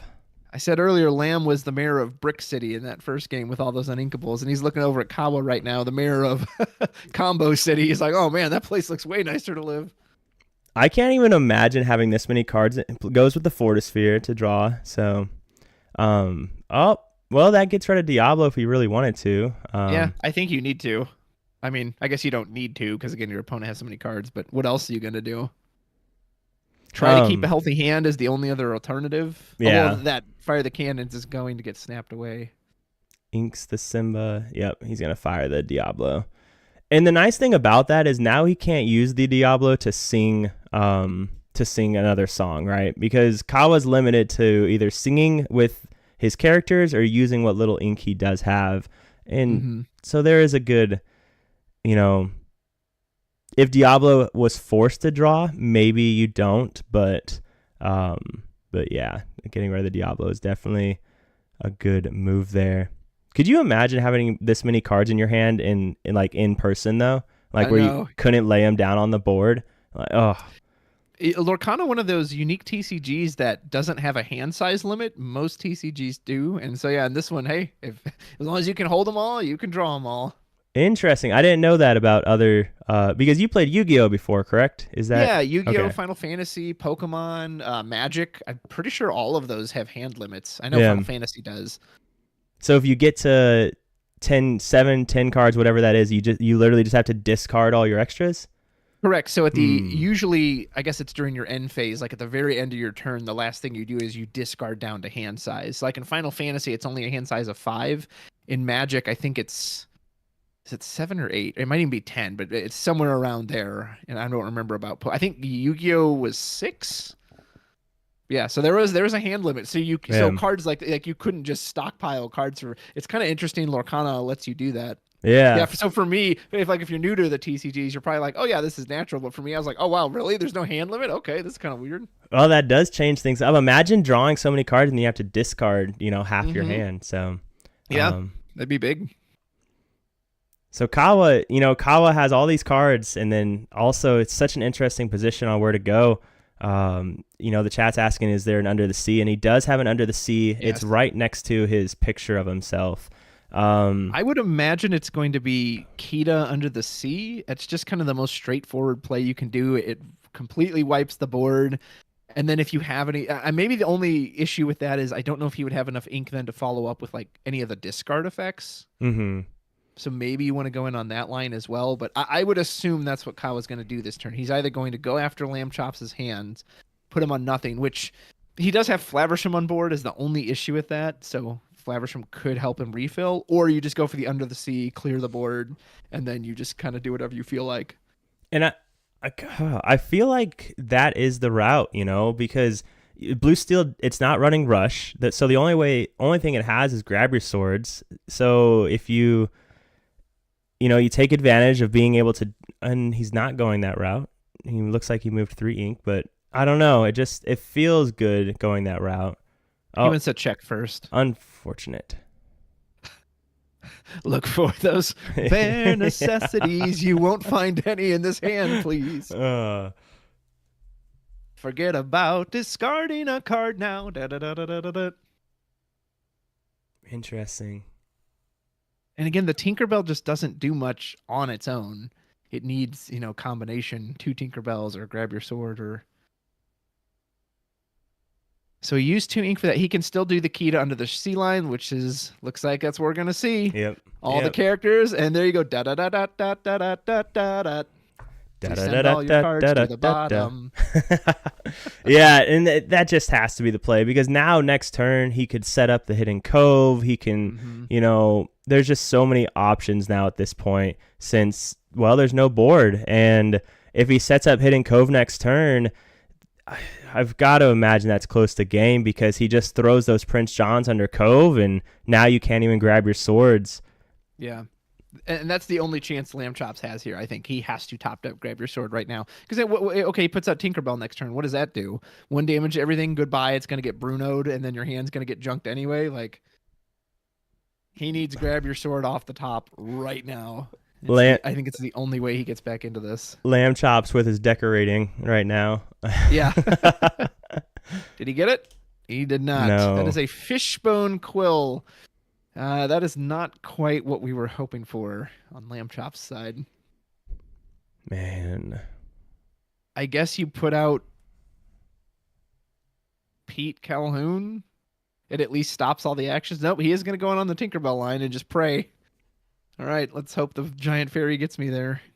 Which is a nice move, because now it still lets, they're laughing, like Kawa's laughing, that. But at least he has what he can do. He can just go, "You have forgotten me," empty the hand, and then Kita sings Bruno, and yep, exactly. He has no board. Exactly. So at this point, Lam's able to do that. So at least if he draws grab your swords next turn, it still clears the board, even with a Hidden Cove. So. And maybe that's what he was thinking too, is like, well, this way, if I draw into it, if he has the Cove, it'll at least take the... Although at this point, once you're top decking like that, like, you're pretty much just done. If people always say, like, against the Emerald Steel discard that, hey, you just got to be prepared off the top. There goes the hand. Well, even if you be prepared off the top, if your opponent still has 10 cards in hand, it doesn't matter. Oh, yeah. And that, again, it's one of the advantages. And there we go. You called it, right? So... We don't talk about Bruno. Yep, Tinkerbell is gone. Hand is gone to the You Have Forgotten Me. This is looking very much in Kawa's favor. It's definitely one of the advantages of running Steel, though, because if he does draw grab your swords, he can clear the board other than the one Kita. And then if he top deck Whole New World after that, he has another hand. True. And then Prince John doesn't draw off of it because you're not discarding any cards. So living that, it's got to be the goal, right? Top deck, grab your swords, and then try and top deck Whole New World. But at this point, Kawa next turn can just lay down Cricky, and then he starts questing for 3 with Cricky and 2 with just so much. Well, that's like, even if he gets the grab your sword here, right? Kawa has so many cards. He just, okay, well, here's the next 3 characters you have to deal with. Are you going to draw another one? Like, Yep, exactly. And even if he goes grab your swords here, what is it? Oh, show us, Lamb. Show us. Oh, he's keeping it a secret. What an awful person. Oh, no. Ooh, rough. Okay. Yeah, and that's going to be it. Look at him building suspense. He 100% did that for the stream.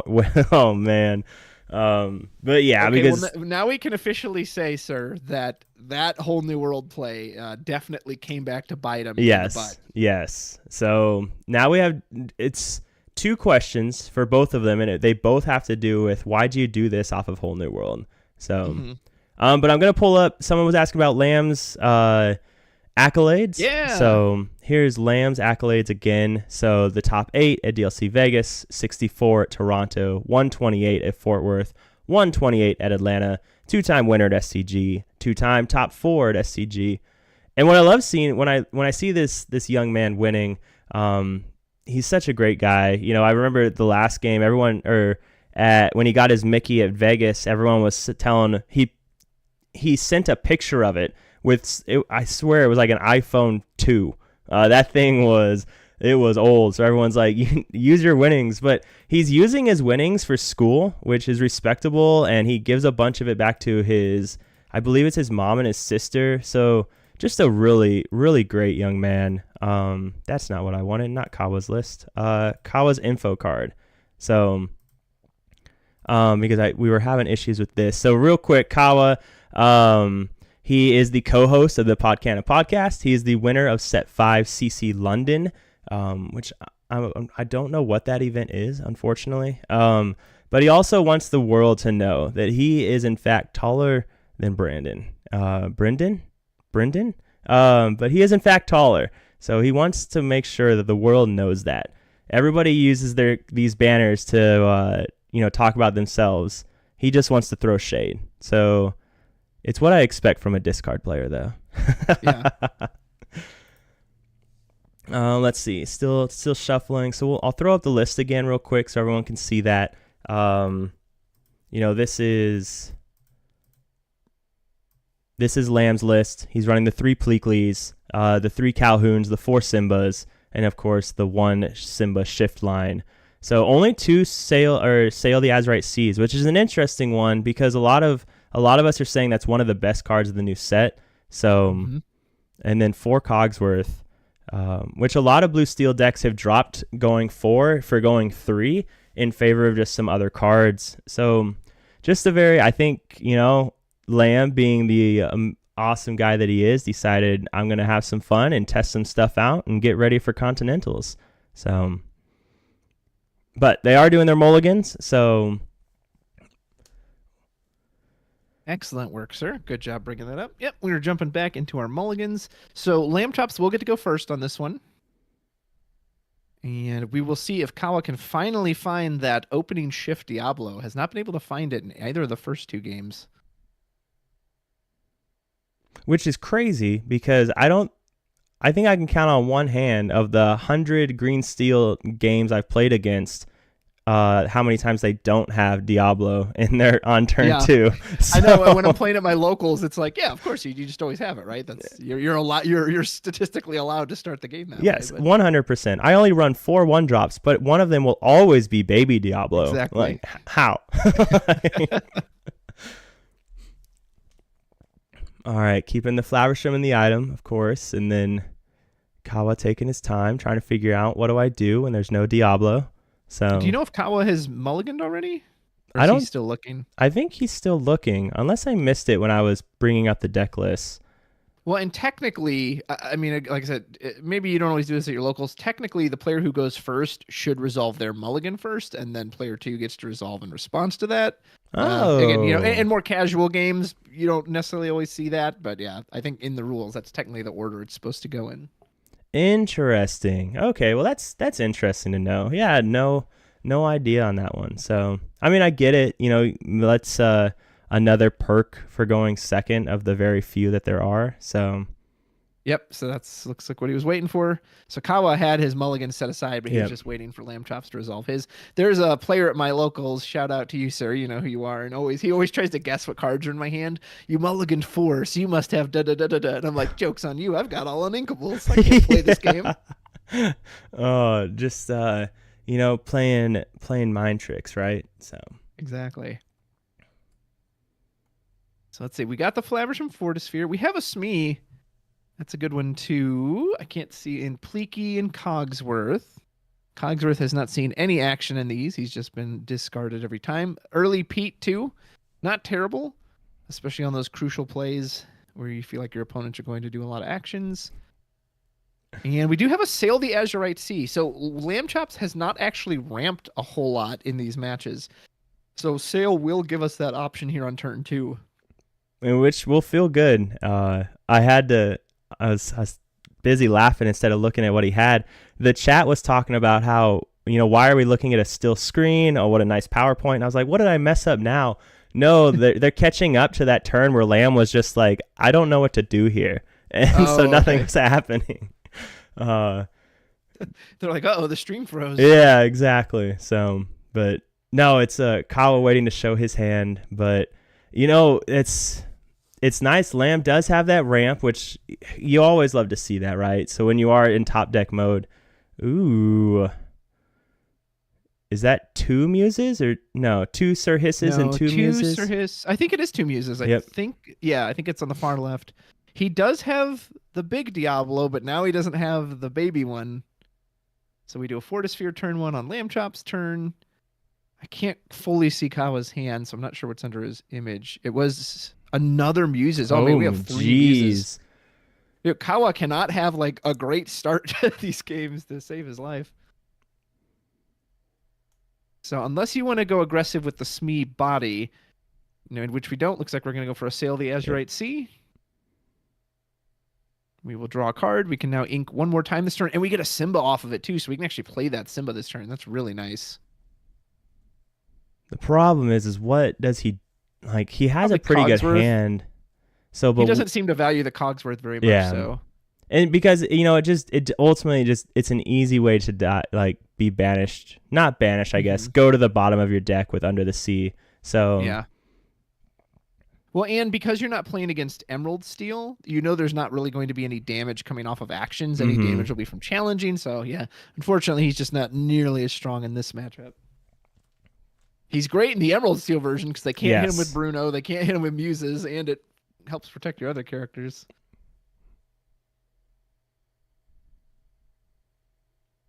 So I think Lamchops has not passed yet, so I believe he still does. Yeah, he's trying to decide whether he wants to do the Simba. Does go in on it. That little cub will come out. We do have a Grab Your Sword now. Would have liked that last game. He will still have to discard a card. I'm thinking you probably get rid of Fishbone Quill. And that's kind of where I'm at right now too, because he only has the 1 item for Flaversham, so he can't expect a whole lot of draw off of that. Okay, so he does get rid of the Fishbone Quill, and then just kind of hope that he doesn't have Ursula, 2-drop Ursula. So Kawa draws into a You're Welcome. Not very helpful here. I'm assuming a Sir Hiss is going to come out here. He may even just opt to pass. Nope, it is Sir Hiss. Turn 3 will be pretty nice for Kawa. He can go into either Diablo, Ariel, or Prince John. Presumably it'll be Diablo or Ariel. But yeah, he doesn't look very pleased with his hand. Yep, and that Fire the Cannons, it was beautiful. Yeah, that's nice. The Hiss you don't have to overly worry about. It's going to get banished to anything it challenges into. Oh yeah, I like even just going Simba. In on Flaversham here, honestly. Yep.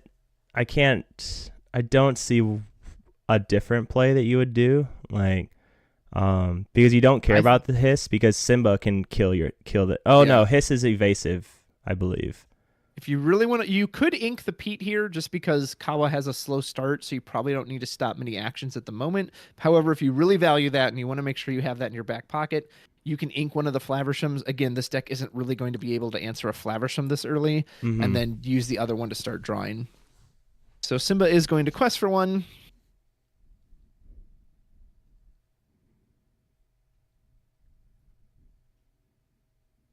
And a real question is just, what do you ink, the Spare Mhm. Flaversham or the Pete? I think in this particular matchup, I'm going to choose the Spare Flaversham, but I don't think the Pete is terrible. Again, knowing that Kawa is having a very slow start, so you don't necessarily have to pump the brakes on any actions at the moment.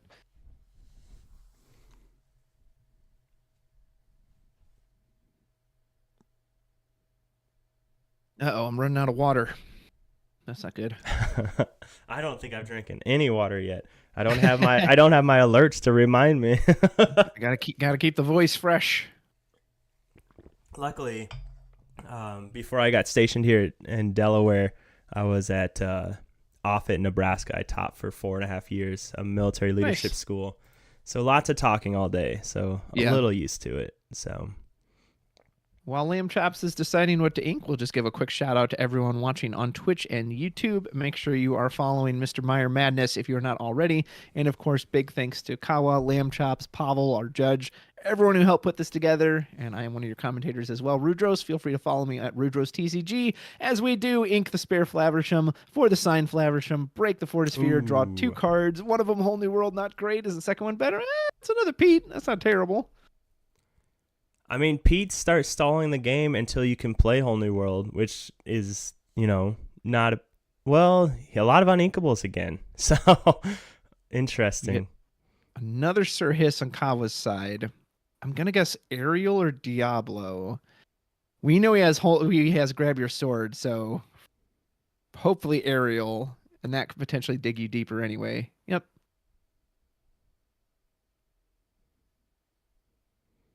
Now Ariel I wonder on entry. Well, I was just gonna say Ariel on entry will let you look at the top 4 cards, reveal a song, and add it to your hand. Go ahead, sir.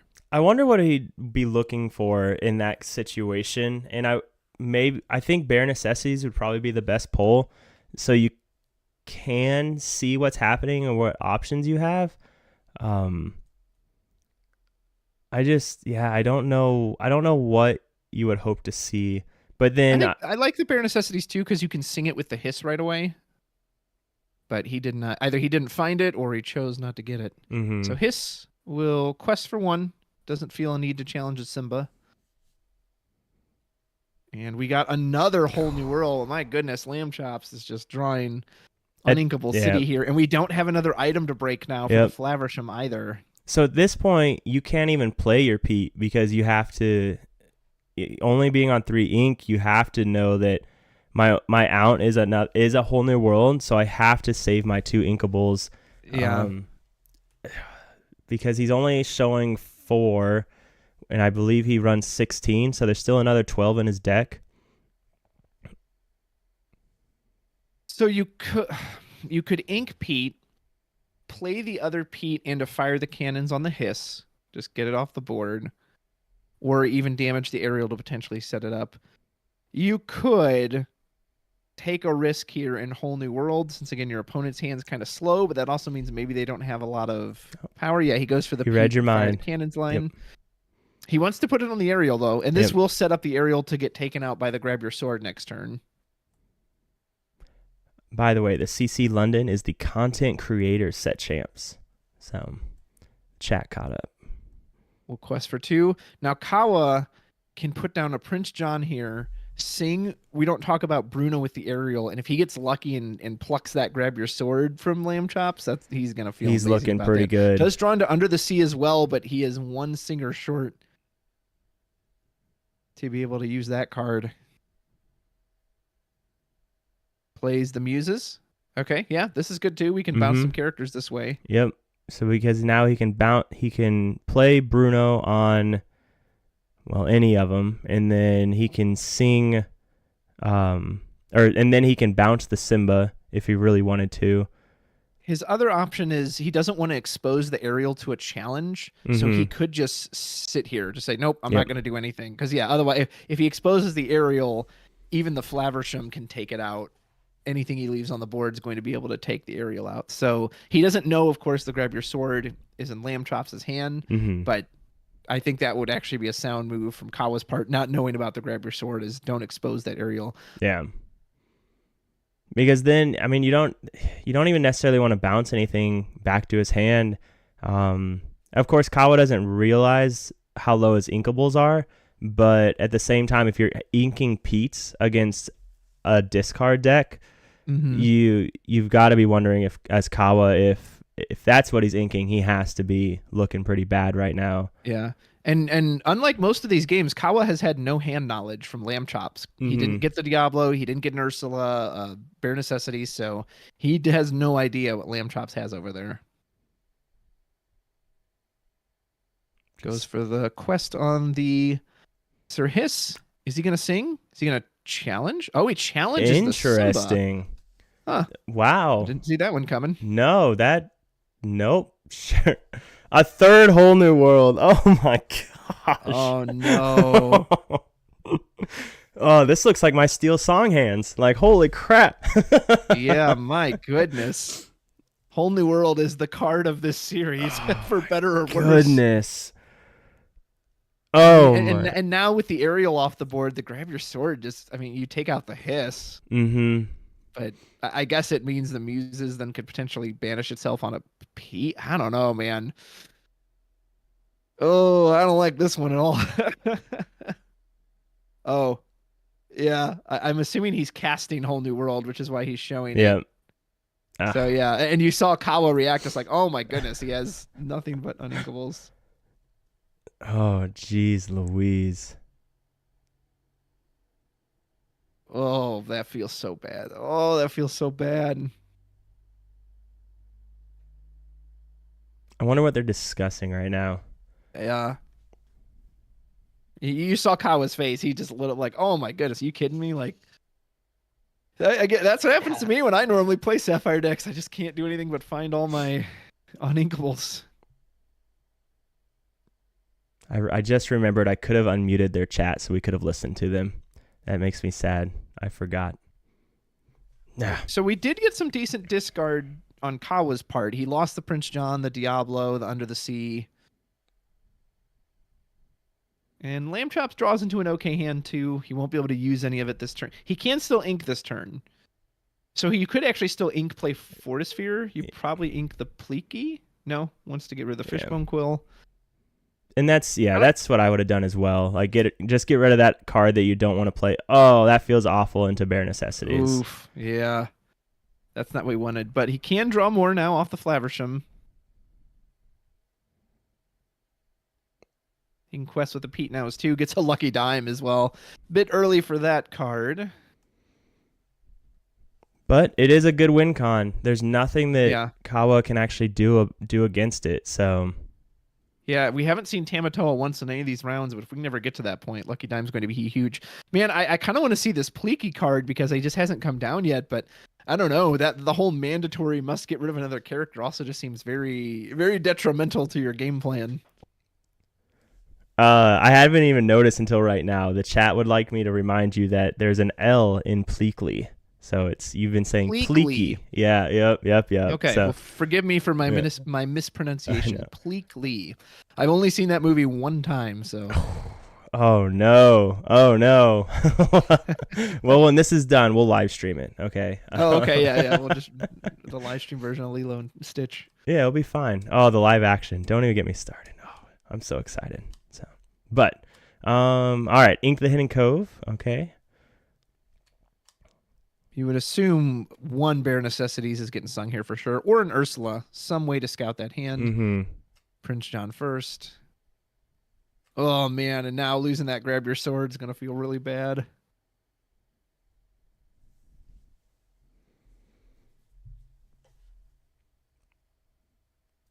Let's see, so...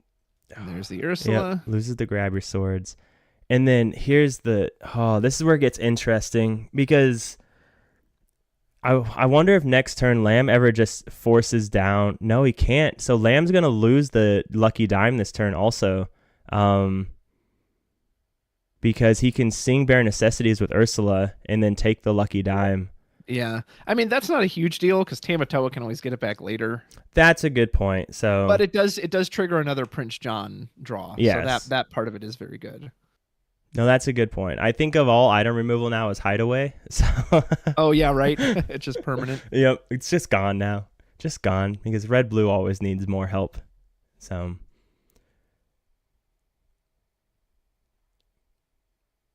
Oh, what a... Those 2 bare necessities. And he's trying to think right now, like, again, there's not a huge benefit to discarding the Lucky Dime in the sense that Tamatoa can get it back later, but he would trigger another Prince John action. Mm-hmm. So I think that's what he's trying to decide right now if he wants to do with the Sir Hiss, and it looks like he is going to hiss out a Jungle Book melody. Very appropriate, a Jungle Book character singing a Jungle Book song. I agree. That's just the way it has to be. So that was always my big joke back in set 1 was when people would have the 5-cost Steel Beast sing Grab Your Sword. It was like, wait, why would he sing the song about when they're coming to get him? Doesn't make any sense. So he does use the bare necessities to get rid of Lucky Dime. So that way there's just no way he can play that next turn. So good move, because now he definitely needs that Tamatoa to be able to bring that back. The Ursula came out this turn. So did the Prince John. So the Muses could quest. You probably don't want to expose them, especially knowing we have a Tinkerbell in hand, because the Tinkerbell Pete just cleans the Muses up. So I would imagine... Now, we could trigger the Muses. You can send the Flaversham packing. And, I mean, why not, right? Just gets it off the board. Exactly. Because, like, sure, there's no item, but at the same time, if he draws an item, then he also has to pay another 4 for the Flaversham. So...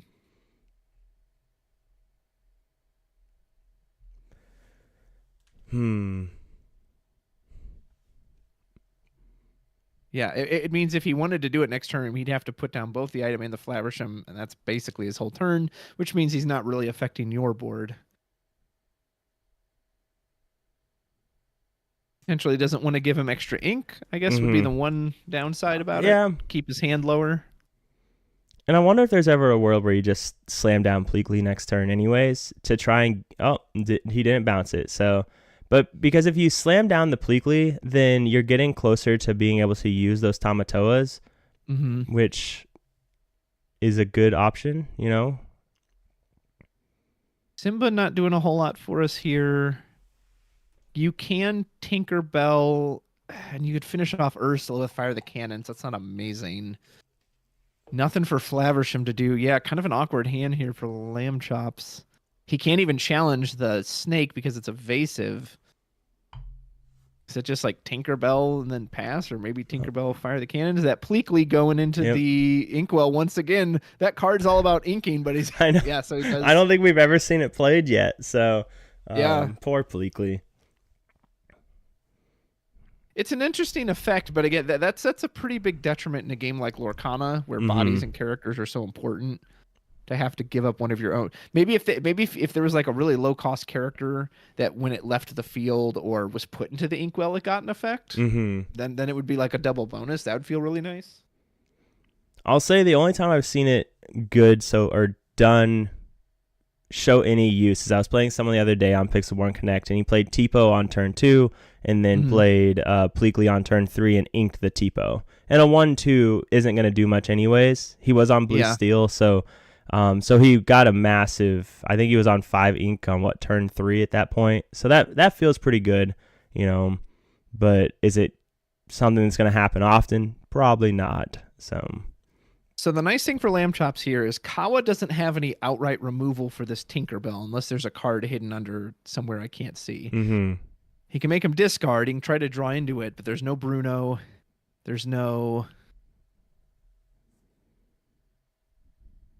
looks like we got rid of Simba. We don't have an Under the Sea shift line on right now, and he just used more most of his discard. ink. But the bare necessities won't have a target at the moment. So we're going to put Diablo, scout what's left in the hand. Unfortunately, a pretty useless Flaversham. But if we quest here, Tinkerbell and Pete can clean him up lickety split.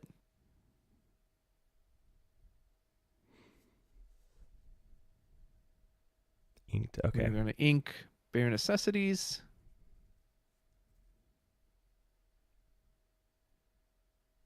I don't think you can quest here. I think you just pass at this point. So Lamchops, can he get something good off the top? Another grab your sword. Well, there's that Tamatoa you mentioned. And again, I don't dislike putting him out. Yeah, Looks because like we're going to do that. Is it time for the song? Wait for it. Do. Well, Tamatoa hasn't always been this glam. How exciting. Tamatoa comes down, recovers an item from the discard pile. That'll be the Fortisphere, and a very quick quest for 4 lore using Flaversham, Pete, and Tinkerbell. He's in it now because if he had the Bruno, he would have played it on Tinkerbell last turn. Correct. And so you've got to know that as Lamb, and it just presents so much opportunities here. Mm-hmm. And Lamb has the Under the Sea combo, and he can shift the Diablo. Well, he doesn't even need to shift the Diablo. He has 4 singers to sing it. But the only thing it's going to hit right now without Akita is a Flaversham. Like, Correct. That's not going to help you out. Yep. So he needed that Kita off the top, or Bruno. Bruno would have given him some extra turns, but he needed Kita. Oh man. So he could bear necessities here to draw a card right off of Prince John. Yeah. And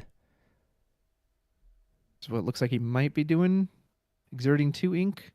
If he bear necessities, he would still have enough. If he can get into Akita, he can then just play the Kita outright and then sing the Under the Sea and send the entire board packing. Yep. So Can gets he the one draw draw. it? That's what he's looking for. Can he find the Kita? What is it? Even a Bruno? What is it? I can't tell what he put down there. Oh, you're killing us. Yeah. Oh, goodness. The Kawa suspense. Oh, I don't think it was a Kita, though. So I don't. If whatever he's got, he either didn't put it down or it's still in his hand. The chat just caught up to the 3 whole new worlds. You could Cricky here and go on the offensive. Let's see. You would hit for 6 on the Muses. That would take out Tinkerbell. John could take. John wouldn't be able to take out Tinkerbell. Yeah. So if you Kita, you could take out the Tinkerbell with your Muses. Your John could take out. Your Diablo could take out Pete. Your Muses could take out Flaversham. Yeah, I mean, I don't know if I like that play because then you're just giving up your entire board, which means you're giving up your Under the Sea line. But you could also just shift Diablo, set that up. Hey, so he doesn't have a way to deal with evasives. If he has the ink, then he could just use Painting the Roses on Tinkerbell and go Under the Sea. Would he have enough? If he sings it, he will. Well, no, because then he wouldn't have enough to sing Under the Sea. Yep, exactly. Yeah, so he doesn't have enough for both. He needed to get it off. If he was going to do it this turn, he needed to get the Kita off of that Fortisphere discard. His next turn, Lamb goes 1, 2, 3, 4, 5. So he goes to 16 next turn. And he can pull back a Fortisphere, have the Flaversham break it, and now he's refilling his hand as well. So, oh man, yeah, just to slow down the lore, you might need to do the Cricky here. So we are going to shift Diablo. Oh, he got to bear necessities. That's what he drew off of the Prince John. Okay.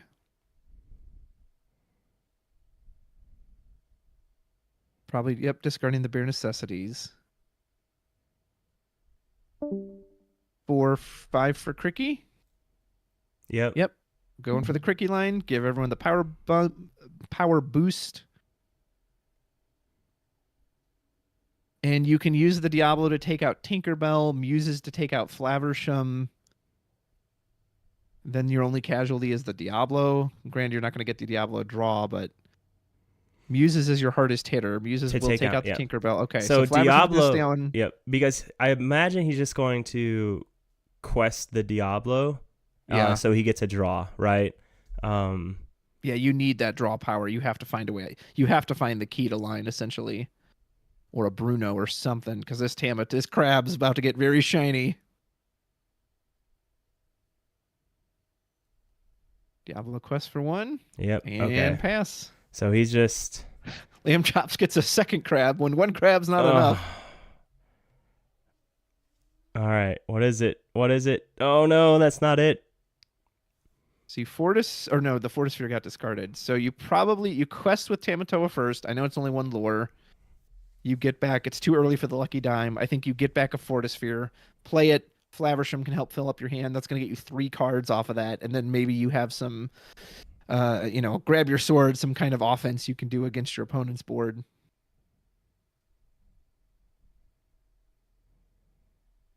And this crab, just like a heavyweight boxer, is going to take out all comers. Anything that runs into it is going to be banished. Oh, yes. So, I mean, and you kind of called it last game. Like it's always quest with Tamatoa and then break the Fortisphere with Flaversham. Like I don't think there's any other line for him to Yeah, play. I don't think he has a popsicle in there. But Fortisphere, I mean, they're basically the same. Yeah, yeah. I'm kind of surprised he's taken a moment on this because, I mean, you can't do anything unless he's considering a second Tamatoa. And I think that's a little greedy. Yeah, because and at here's that the thing, point, you could still do that, right? If you quest first, play Fortisphere, you could still ink and then play a second Tamatoa if that's what you really want to do. So he's going to ink first with the Flaversham. He is going for the second Tamatoa. I would rather draw and see what you get first, because if you can pull out a grab your sword, that's just going to end the game. Well, because if he goes a second Tamatoa, he just like at that point he just loses to Kita Under the Sea. Yeah. Yeah, so you quest first, you get the Fortisphere. Gonna quest with Pete first. Sirhis is Robin Hood. We're confusing our snakes. Oh, I got the wrong snake. I apologize. Yes, Sirhis is from Robin Hood. Ka, the snake, is from the Jungle Book. Yes. I just saw snake and I'm like, it's that one from the Jungle Book, right? Thank you. I do have pretty good Disney knowledge and trivia, but I'm slipping, so I apologize. I love me some Disney trivia. I want to go on a Disney. It's the only thing I haven't done is a Disney cruise just for Disney trivia night. But all right, so there's a quest with Tamatoa. We will get one lore off of that. Get back the Fortisphere. Oh, he's not going on, is he going on Lucky Dime? He's debating because Dime just doesn't do much for you here at the moment. Like, I mean, Dime though, if he forces it down, then it's just a game, right? It's a game of time. So if he puts down Dime, exerts it, that's his entire inkwell. You'd go to 15. Flaversham would put you at 16. So the main thing, I don't know. I mean, you could take that risk because you know the Dime can't be interacted with by your opponent. So yeah, you could do that. Maybe that is the correct play because you know they can't. Yeah. And then any character you draw, you win in 4 turns. Yeah. So I think I really like that play of just saying I win in 4 turns if you do take care of my whole board. Now Kita does present, or not Kita, but Cricky does present an issue because Cricky's questing for 3. So if Kawa does draw the Kita Under the Sea combo, it is a race. So because let's see, if he quests 3, 4, 5, 6 next turn. No, he wouldn't quest for 6 next turn because he'd have to sing Under the Sea. Oh, he did go Fortisphere. Yep. I think that's the safer play because now if he does answer your board with the Kita Under the Sea, you have more cards to potentially do something about. And again, if you can get any kind of offense or even more characters this turn, here comes the Flaversham, quest to 14, break 2. I don't hate the Cogsworth here. Yes, it's going to get... Oh, and he drew the Kita. Okay, well, now I don't like the Cogsworth. Yep, okay. I mean, Under the Sea would have taken care of it anyway. You could sail, try to dig a little deeper, which is what we're going to do. Ooh, the let it go. See? That feels good. He waited for the let it go. That can save him. Because if he let it goes, the Cricky, right now. Yep. That's going to shut off the combo, which it did. That's why you dig for that answer, baby. Oh, man. Yep. Because next turn he quests for... He needs to see a Bruno now. Yeah, because he cannot do he cannot do both Kita and Under the Sea this turn. And Under the Sea without Kita just means Flaversham gets to go take a nap on the bottom of the deck. Yeah, I don't know what he drew, but I think that's his only out now is if he pulls a We Don't Talk About Bruno. There's a 1-cost card. I think that's a small Diablo to the far right.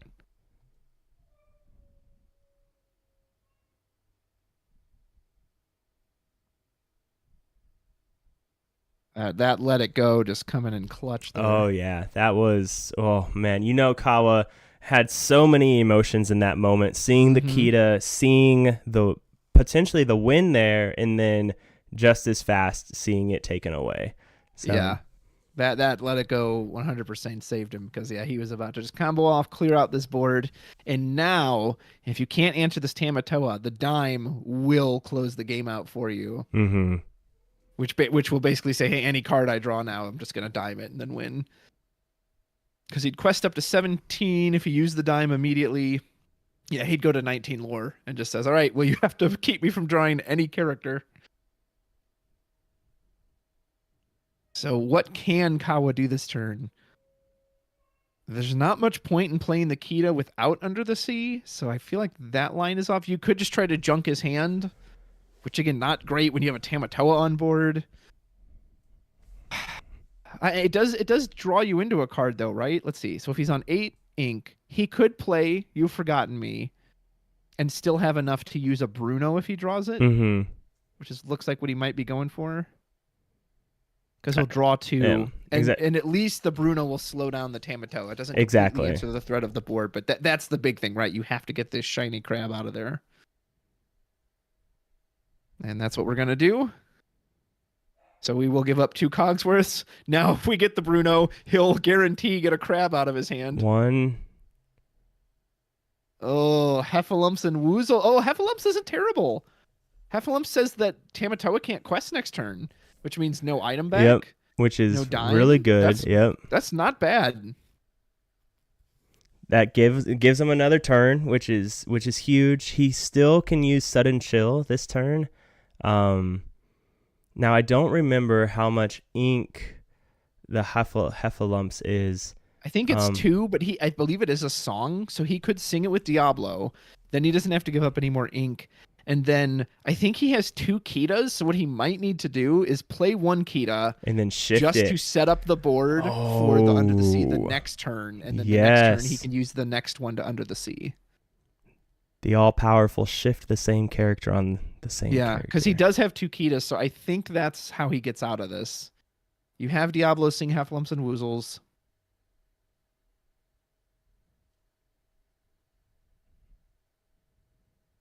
The one Heffalumps and Woozles he has in his deck. The only card from set 6.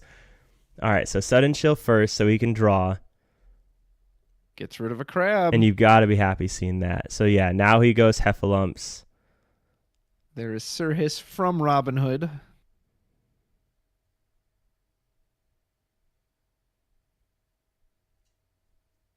Heffalumps is a song, right? It's a new card. It is a new song. Or it is a new song, yes. So there's Kita. Everything on the board is going to lose 3 attack power. Now Prince John will sing Heffalumps and Woozles. We'll say Tamatoa cannot quest next turn.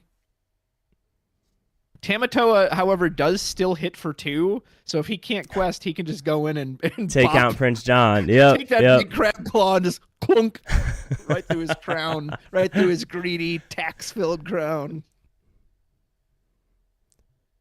Yep. No Moana to save that Prince John like she did Maui. But that wouldn't cut off the Under the Sea line because the Kita and Diablo can still do it together. Yep. Can he top deck anything to get him out of it? Grab your sword, it'd be nice. Oh, Lamb, flip the card over. He's got to get his ink ready first. Hold on, ready? And then you set, and then you draw. And what do you draw? Is it grab your sword? Grab your sword. It would just be nuts here. Quest for 2. He's holding on to it. Either it was something amazing or that he's building the suspense. Oh my goodness, Lamb, why? Yeah, Lamb, just crossing his fingers like, all right, let's see if this happens. Or sorry, Kawa was crossing his fingers. Unless he just loves his suspense. Like, let's grab your sword. You just flip it, right? So you challenge Prince John. Yep. He shouldn't actually have any damage on him because Prince John lost all his attack as well. Correct. He just passed. He passed. He's not revealing the card. Lamb. What an awful person. It's got to be something terrible, right? Like it's like Pleakley or something. I don't know. Oh my goodness. So this is going to be a board reset for Kawa. This could be his chance to pull this match back. Mm-hmm. So many cards in his hand still too. Like, oh man. Oh, and there's the Bruno. So he drew Flaversham, which is no good without a bunch of items. So there's the Kita. Here's the Under the Sea. Under the Sea. And this entire board is going to take a trip to the bottom of Lamchops decks. And now Kawa has a real chance in this match. Yes, he's only on 3 lore. But Lamchops is just completely in top deck mode, which is where a discard deck wants you. And then meanwhile, he's questing for 4 or 5 next turn. Now here, I have to question my own wisdom. Maybe the Lucky Dime was the right choice, because at least that way you can potentially keep, pushing towards the end game. Of course, you're still going to have to draw characters to use it on, but of course, if he used Lucky Dime, he also would have lost his board 1 turn earlier. Yes, that's also true. So Kawa is going to hit the gas. He's not going to be lacking for cards with all these Diablo. Oh boy, I don't know. That Bruno kind of just seals the deal. I don't know what. Oh, that's nice. That's good. That's really good. 4th whole new world. Just saying, yep, it draws as many cards as you want. Oh, there's the 3rd Tamatoa. He doesn't have enough to do it this turn, though. He can Tinkerbell. I don't know what that really does. So he used, 5 for the Flaversham Popsicle. He was at 9, so I think he's got 4 left, so he can actually even Tinkerbell. He's trying to see how much discard has been used, if he can hold this hand or if he can go in on it. If he can hold on to this Tamatoa, there is a chance he can kind of just like dime win the game.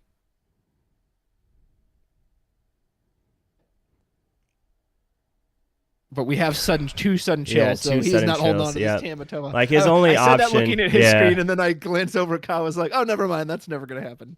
And I wonder if there's a world where of course, he doesn't know what's in Kawa's hand, right? But if he would have held on to the Calhoun, then he would have been able to save it potentially. So yeah, so what he was trying to do was set up the lethal turn, because if he, assuming his hand doesn't get touched, he goes quest, go to 18, play Tamatoa, dime immediately. Well, he can't even do that in the same turn though, right? Because correct, dime's too expensive. So, oh man. So we have Bruno, so we can guarantee we can get 1 thing off this field. It'll essentially become a Dragonfire once our opponent's hand is empty. And I just feel like that's always the play, right? Just empty his hand, and then, I mean, maybe not though. Like, oh, jeez, another Kita. This Protector of Atlantis is, because at this point you quest for 1, 2, 3, 4, 5, 6, 7 to go to 10, and next turn you quest for 9. So basically putting your opponent on a 3-turn clock.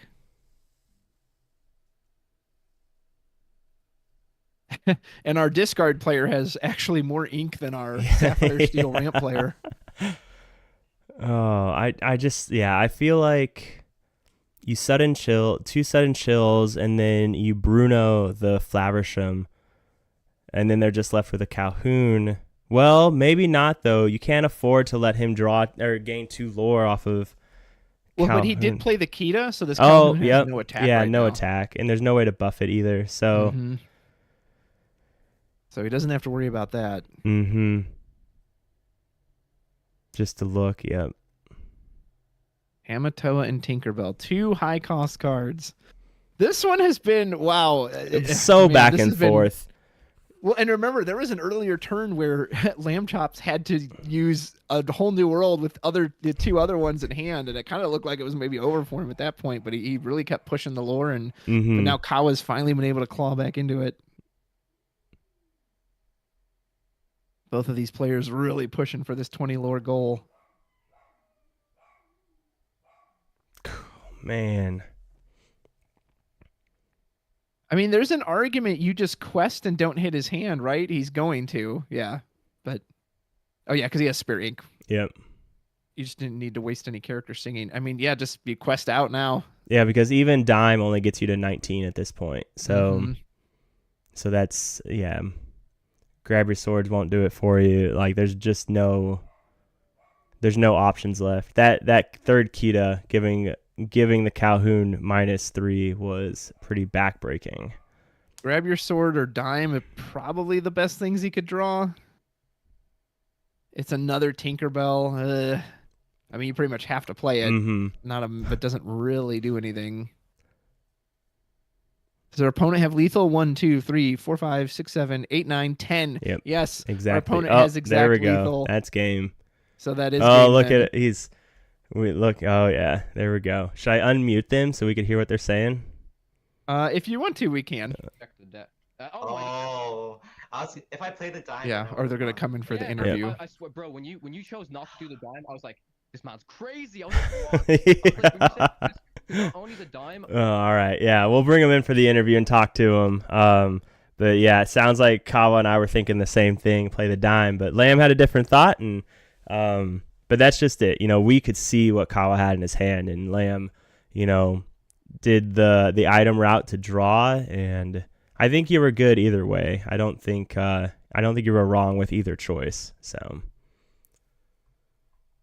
oh man, crazy. I think those games were.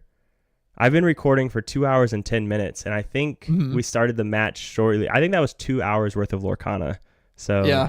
That was, oh my goodness. And this is why I tell people, if you're going to play green, yellow, you need to make sure you have to play fast, because at like locals where there's a time limit, you'd be getting a lot of draws.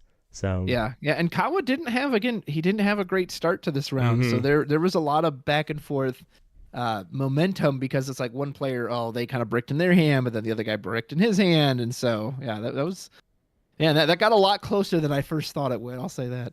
Oh yeah. Oh man, that was crazy. Well, I definitely, like I said, very curious what they're gonna have to say about Kawa on game 1 not drawing off of the whole new world with Diablo, and then Lamb. Again, whole new world. Why he decided to use that whole new world in game 2 instead of just slow playing it, letting it sit in his hand, playing the Hiram, things like that. So, do you want to see if they're available for the interviews? It looks like Phil is asking them to jump into LCC Live, which is where we're at. So, looks like they're jumping in now. Let me fix the screens here. Probably turn off. Oh, I need to Gentlemen, can you hear us? Yes, I can. Let me... Oh, you can hear us. I don't know if they can hear us. I can, yes. Hello, Kawa. Hello. Do we have Lamchops as well? Lamb told me he was making his way over, but maybe we'll ping him and make sure he makes his way in. He may not know where the channel is. Just make sure he knows it's at the bottom there, but we can... Meyer, are we coming through on the stream? Are we good to start talking, or do you need a minute? No, we're good. They should be able to hear them, so we are good to start talking. So awesome. Well, first of all, Kawa, congratulations on your victory. Thank you. You man, what a scrappy way to pull that back. I don't think you had like a great start in any of those 3 games. No, we never saw the Diablo shift line. Yeah, no Diablo shift. Even that game was like really bad, because even though I had the kind of a curve of like, 2-drop, 3-drop, 4-drop, there was like John with none of the discard package. There was just Aerials and Muses chilling out. Like even the start of that game was really difficult, because starting off with the Sir Hiss, if I led with the Prince John on turn 3, because Lamb ramped with the Azurite Sea, I could literally just be playing into a Grab Your Swords GG. Yep. So yeah, I had to play the Aerial, hope to get maybe some removal. Lamb played it well with the Pete in response. I don't know if the stream probably couldn't hear us, but when I decided to send my Aerial into the Simba, I spoke to him after he showed me his bricked hand, but I was like, I felt like he was mind gaming me so much, because he shot the Aerial, right? And I was like, this man's just baiting me, because if he doesn't have the Tinkerbell, I'm just free trading my Aerial into the Simba. But I was like, I can't take the risk. I'm like, if I just leave it up, then I don't know. So Yeah, the whole all the games were so scrappy. But I was just speaking to Lam there as we finished, and I think what won me the game ultimately was him choosing not to bring the dime back when he quested with the Tamatoa, and we spoke about it a little bit there because he thought that I had a "You're welcome" in my hand, and he told me he forgot that at the start of the game I inked the "You're welcome." So it's not to say I couldn't have the other one, right? But I think if he went for the dime route, the game was probably finished, because especially once he got that Fortisphere back from the discard, quested with the higher, like I drew into like 3 cards, and I drew into my Kitas, I drew into my removals and stuff, but every single game was an absolute grap. Like it was crazy. I feel really bad for Lam. Like both games on the play, like what, 3 whole new worlds in his hand? Yeah. Like what is that? That was man? brutal. That was Yeah. brutal. I saw your reaction, like your eyes kind of popped out, like Yeah. wow, Yeah. oh, we didn't have anything. No, And then the dime also play, you know, at the time we were kind of in favor of the, like, I liked the Hiram in the Fortisphere play, and the Let It Go prevented you from doing the Under the Sea at least one more turn earlier. But Sure, in hindsight now. Yeah, was that drawn into, or was that in the hand already? It was drawn into. It was the Okay, yeah, last that was card huge. he drew That off was of it. huge. Yeah. Yeah. But yes, in hindsight, maybe the dime could have gotten him there. But at the time, like I understood what he was going for with that play. Yeah. But yeah. Yeah, it was Ma'am, welcome. Thank you for joining us. Go ahead. Hello. Well, so first things off, really good games, guys. The fact that you guys were able to play games with so many critical decisions for 2 hours, hats off, because there's no way I would have been able to do it. Like, so, that was insane. But couple of critical moments, we're talking right now about the dime versus, the Fortisphere. I know Rudros was on the side of the Fortisphere. I was on the side of the dime, just kind of playing that racing game. But, it was also interesting because if you had taken the dime, you wouldn't have seen the Let It Go. And that Let It Go was huge because it shut down Cricky being able to quest for 3 if you decided to race him. So really big key plays throughout the whole thing. A lot of people, though, in the chat had some questions regarding Whole New World, actually, in Game 1 and Game 2. And one of them for you, Kawa, was you didn't draw 7 off of Lamb's Whole New World. Was there a particular reason that you didn't draw like the extra 7? Was there a particular reason you didn't? Oh, was this off the first game or the second game? The first game. Oh, is it because I had Was it because I had Prince John and he had? Because I don't think I had a Diablo, right? You had a Diablo down. Oh, I did I have a don't remember Diablo. there being a Diablo. I don't remember the. Oh, I don't think it was not exerted yet. I don't think. Oh, okay. I don't think it was not exerted yet. In that, okay. I know we were running into a whole bunch of stream issues, so we missed part of it. So I was just going off of the chat. So, well, that definitely clears things up if it wasn't exerted. So, yeah. And then game 2, on the other hand, though, I don't know if you saw. I played for this. So Lam, you wouldn't have seen this, but the turn that. Obviously, it was really difficult because Lam says to me in the voice chat, he's like, "Yeah, so you've drawn like 16 cards. I just have to play around your entire deck. Like, what am I supposed to do? It was wild, bro." Yeah. No, we were definitely talking about that. It's like at this point, if you're Lam, you have to assume that he has every single answer he needs. Yeah, that's what Lam was saying. Yeah, I mean, Lam, I'll let you speak about it, but you were saying like you wanted to try to play to like the worst possible like outcome in the end, right? For the dime. No, not for the dime. For basically, when you did the Whole New World and I drew like 1 million cards, you were like, the turn obviously took ages, but that's because you were thinking about the play that you wanted to make that left you in the best position, while also trying to play around every card in my deck, right? Yeah. So I think that it came down to there's like 2 main lines that I was worried about. It was like the Under the Sea Kita, and then the other one was like if you just went full discard. So I just decided that I could draw with Flower Sham to 5 cards, and if you did Under the Sea, you wouldn't have enough ink to get rid of my whole hand. Because you only had like, I think it was like 8 or 9 ink, and you would have to, or I think you were at 7, and you would have Kita, and you would have the Sudden Chill from, and you could hardcast a Sudden Chill. You can use Sing one and you can hardcast one, so that would get 4 cards out of my hand. If and so I just decided that was like a really hard turn because that was the most critical turn of the entire game, I think, from both of our ends, because because once you left me with that decision, like it probably looked really weird when I played it on stream, but the first card I played that turn was just like a hard cast Bare Necessities. Mm-hmm. And I think you had like 3 cards, and I don't know how many cards you had in hand at the time, but I calculated it. Yeah, I calculated it so that if I played the Bare Necessities and it was like a whole new world or whatever, because again, like I have to protect myself from the whole new world there, because even if I do like a Under the Sea or whatever, and he does a whole new world, like he's after getting rid of like a quarter of my deck. So I have to try and like play around that. So I did the Bare Necessity, saw there was no like major threats, and then I just did the key to play. So yeah, every decision for all of our games were like super tough, but that's what we both said. We both said we wanted fun games, we wanted like difficult, challenging games. I think it was definitely shown within these matches for sure. Yeah, it was a lot of fun. Lamb, can I ask you about, so game 2, you do that whole new world play that gives Kawa like 100 cards in hand or whatever. You also had a couple other options like the Flaversham or the Sail the Azurite Sea. What made you choose the whole new world over those? Was I on 5 ink or something? You were on 5 ink. Yeah, I think you were on 5, if I'm not mistaken. 5-4, somewhere around there. Oh, I see. So I think that.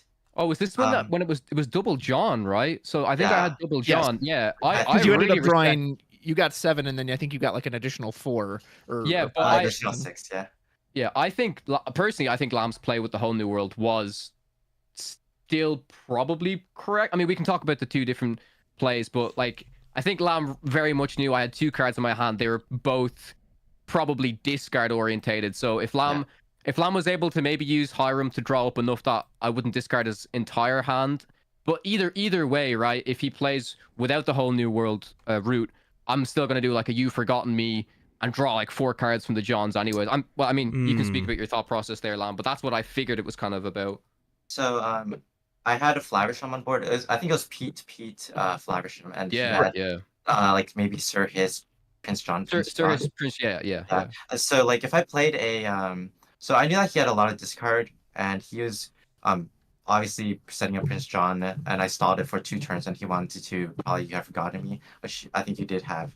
And so I didn't want to play another Flaversham because he already had enough singers to sing Under the Sea. So he had 3-6-8, right, from the Sir His Prince John. So if he drew into one, which I knew he was going to be drawing at least 4 cards next turn, off of the You Have Forgotten Me double discard, and then double draw from each John. Then if he drew, then I was left with no cards in hand, and then no boards too. So that was a pretty bad line for me, and I didn't want to commit more to the board when he already had singers. I only really want to commit to the board if I am sure that he doesn't have enough singing power for Under the Sea. So I just went with the hard cast wheel.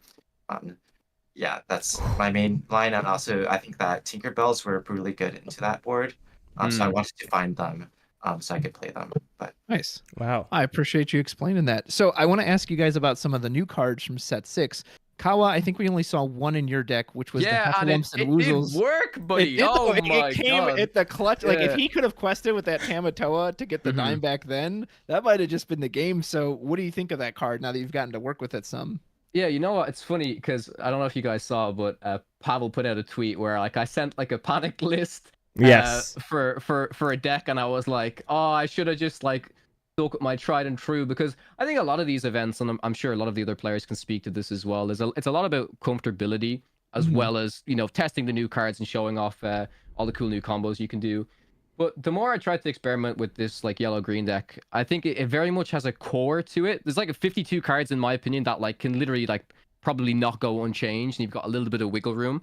The more I've played with Heffalumps, I think against Sapphire in particular, it's really strong. Not only against the Tamatoa like we saw, but particularly strong against Hiram, because you play this in a Hiram, it's literally like denying their card draw, which is pretty strong. So I opted to cut one of my Painting the Roses red just to put in a Heffalumps, mainly to test it out, because unfortunately I didn't do enough testing with this yellow-green deck. I was just trying other stuff out, and then I just decided, you know what, I'm going to just go back to my yellow-green. But I think now, after seeing the power of it, I could easily see myself cutting the 2 You're Welcomes and putting 2 more Heffalumps in, because it's just good, because you're going to be drawing through your deck a little bit more, filtering more.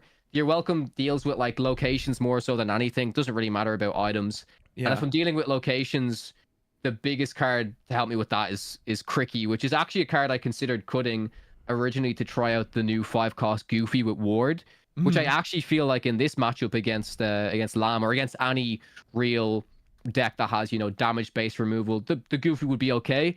But the more you think about it, I feel like this deck isn't about like, you know, oh, let's just play like these high questing ward characters. And that's essentially what Goofy is. Even though you want warded characters in this deck, I think Cricky slots so well into this deck because locations are a big weakness of yours. Cricky can boost up all of your small guys and can also help you trade up into other characters, which I had to make the decision to do within one of the games to actually take out Tinkerbell. So it's really difficult when I look at a deck like the Amber Emerald one because there's so many pieces that work so well together, but there is still that little bit of wiggle room and it just takes that bit of experimentation. But yeah, I've been thoroughly impressed by Heffalumps and Woozles for sure. Nice. Oh, that's great. Well, Lamb, let me ask you then. So we saw a card like Calhoun, which everyone kind of anticipated that card would be very good. And I think how it showed how strong it is in that matchup, that it could challenge the Ursula or the Prince John and just gain you lore, not take any damage.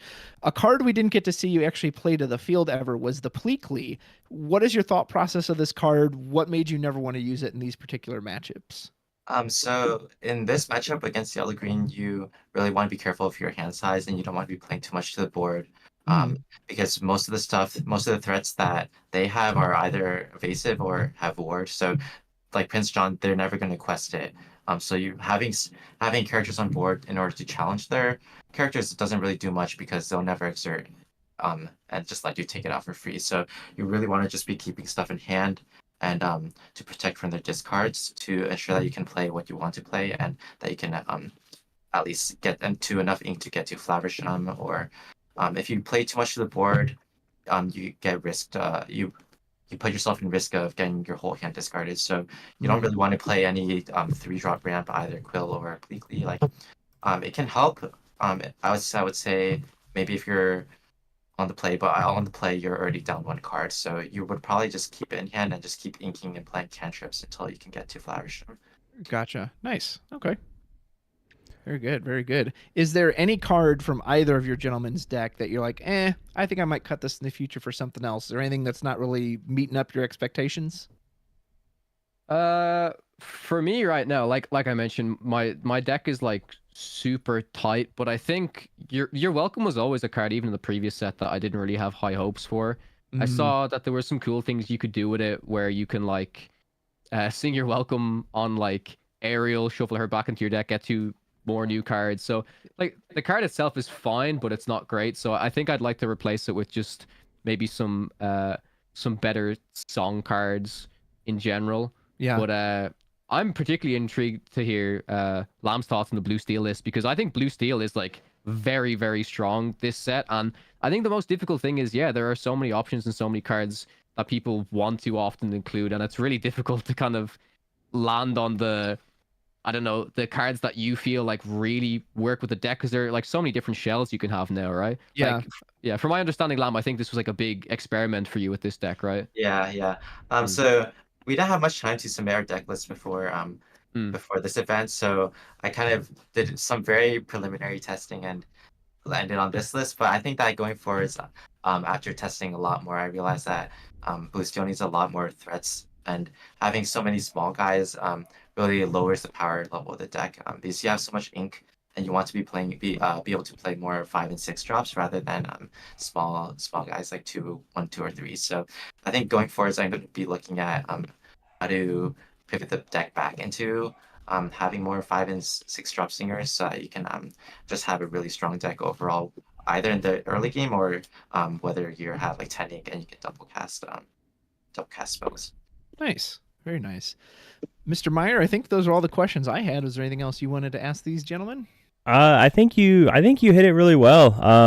But I also recognize these gentlemen have been online now. We had the easy part. We just had to talk and then judge them on what they did. But these guys have been doing some critical thinking for now 2 hours and 20 minutes. So, gentlemen, do you guys have anything you want to say before we let you go? I'll double check with Pavel, but any words? The biggest thing I want to say is huge shout out to Pavel, of course, for organizing this amazing event. It's been absolutely phenomenal. I've been watching every single game. Every game has been incredibly hype. I think this is what we need to see more within the Lorcana community. Like, the numbers are really showing up for these events. It's great to see. Also, a huge shout out to the judges for this event as well. Super helpful, sticking with us, throughout the chat and the Pixelborn Connect client. So yeah, just thank you to everyone. Thank you to you guys for casting the games. I also, I mean, you say you guys have done nothing. I've done, casting in the past, and it's also not easy to stay locked in and trying to analyze all of these plays, because I've said stuff when I'm casting saying, oh, this seems like such a weird play. Why would they ever do this? And then the player comes on and like makes me look dumb. So like, I know it's like definitely difficult. So don't worry. Yeah, you guys did a great job. Thank you. Yeah, I just wanted to say thank you to everyone who's in the works of organizing this, and to all the judges and the casters and all the players on the teams and all the fans too watching. It's just I think it's a really good community event that we're doing, and it's a lot of fun. Thank you to the people back home in the Nova area too for like helping me test. And I tested a lot against Kawa's deck, but I wasn't able to pull through. But GG's to Kawa. Thank you, everyone. GG's to you as well, man. It was a lot of fun playing you, honestly. Yeah, those are fun games.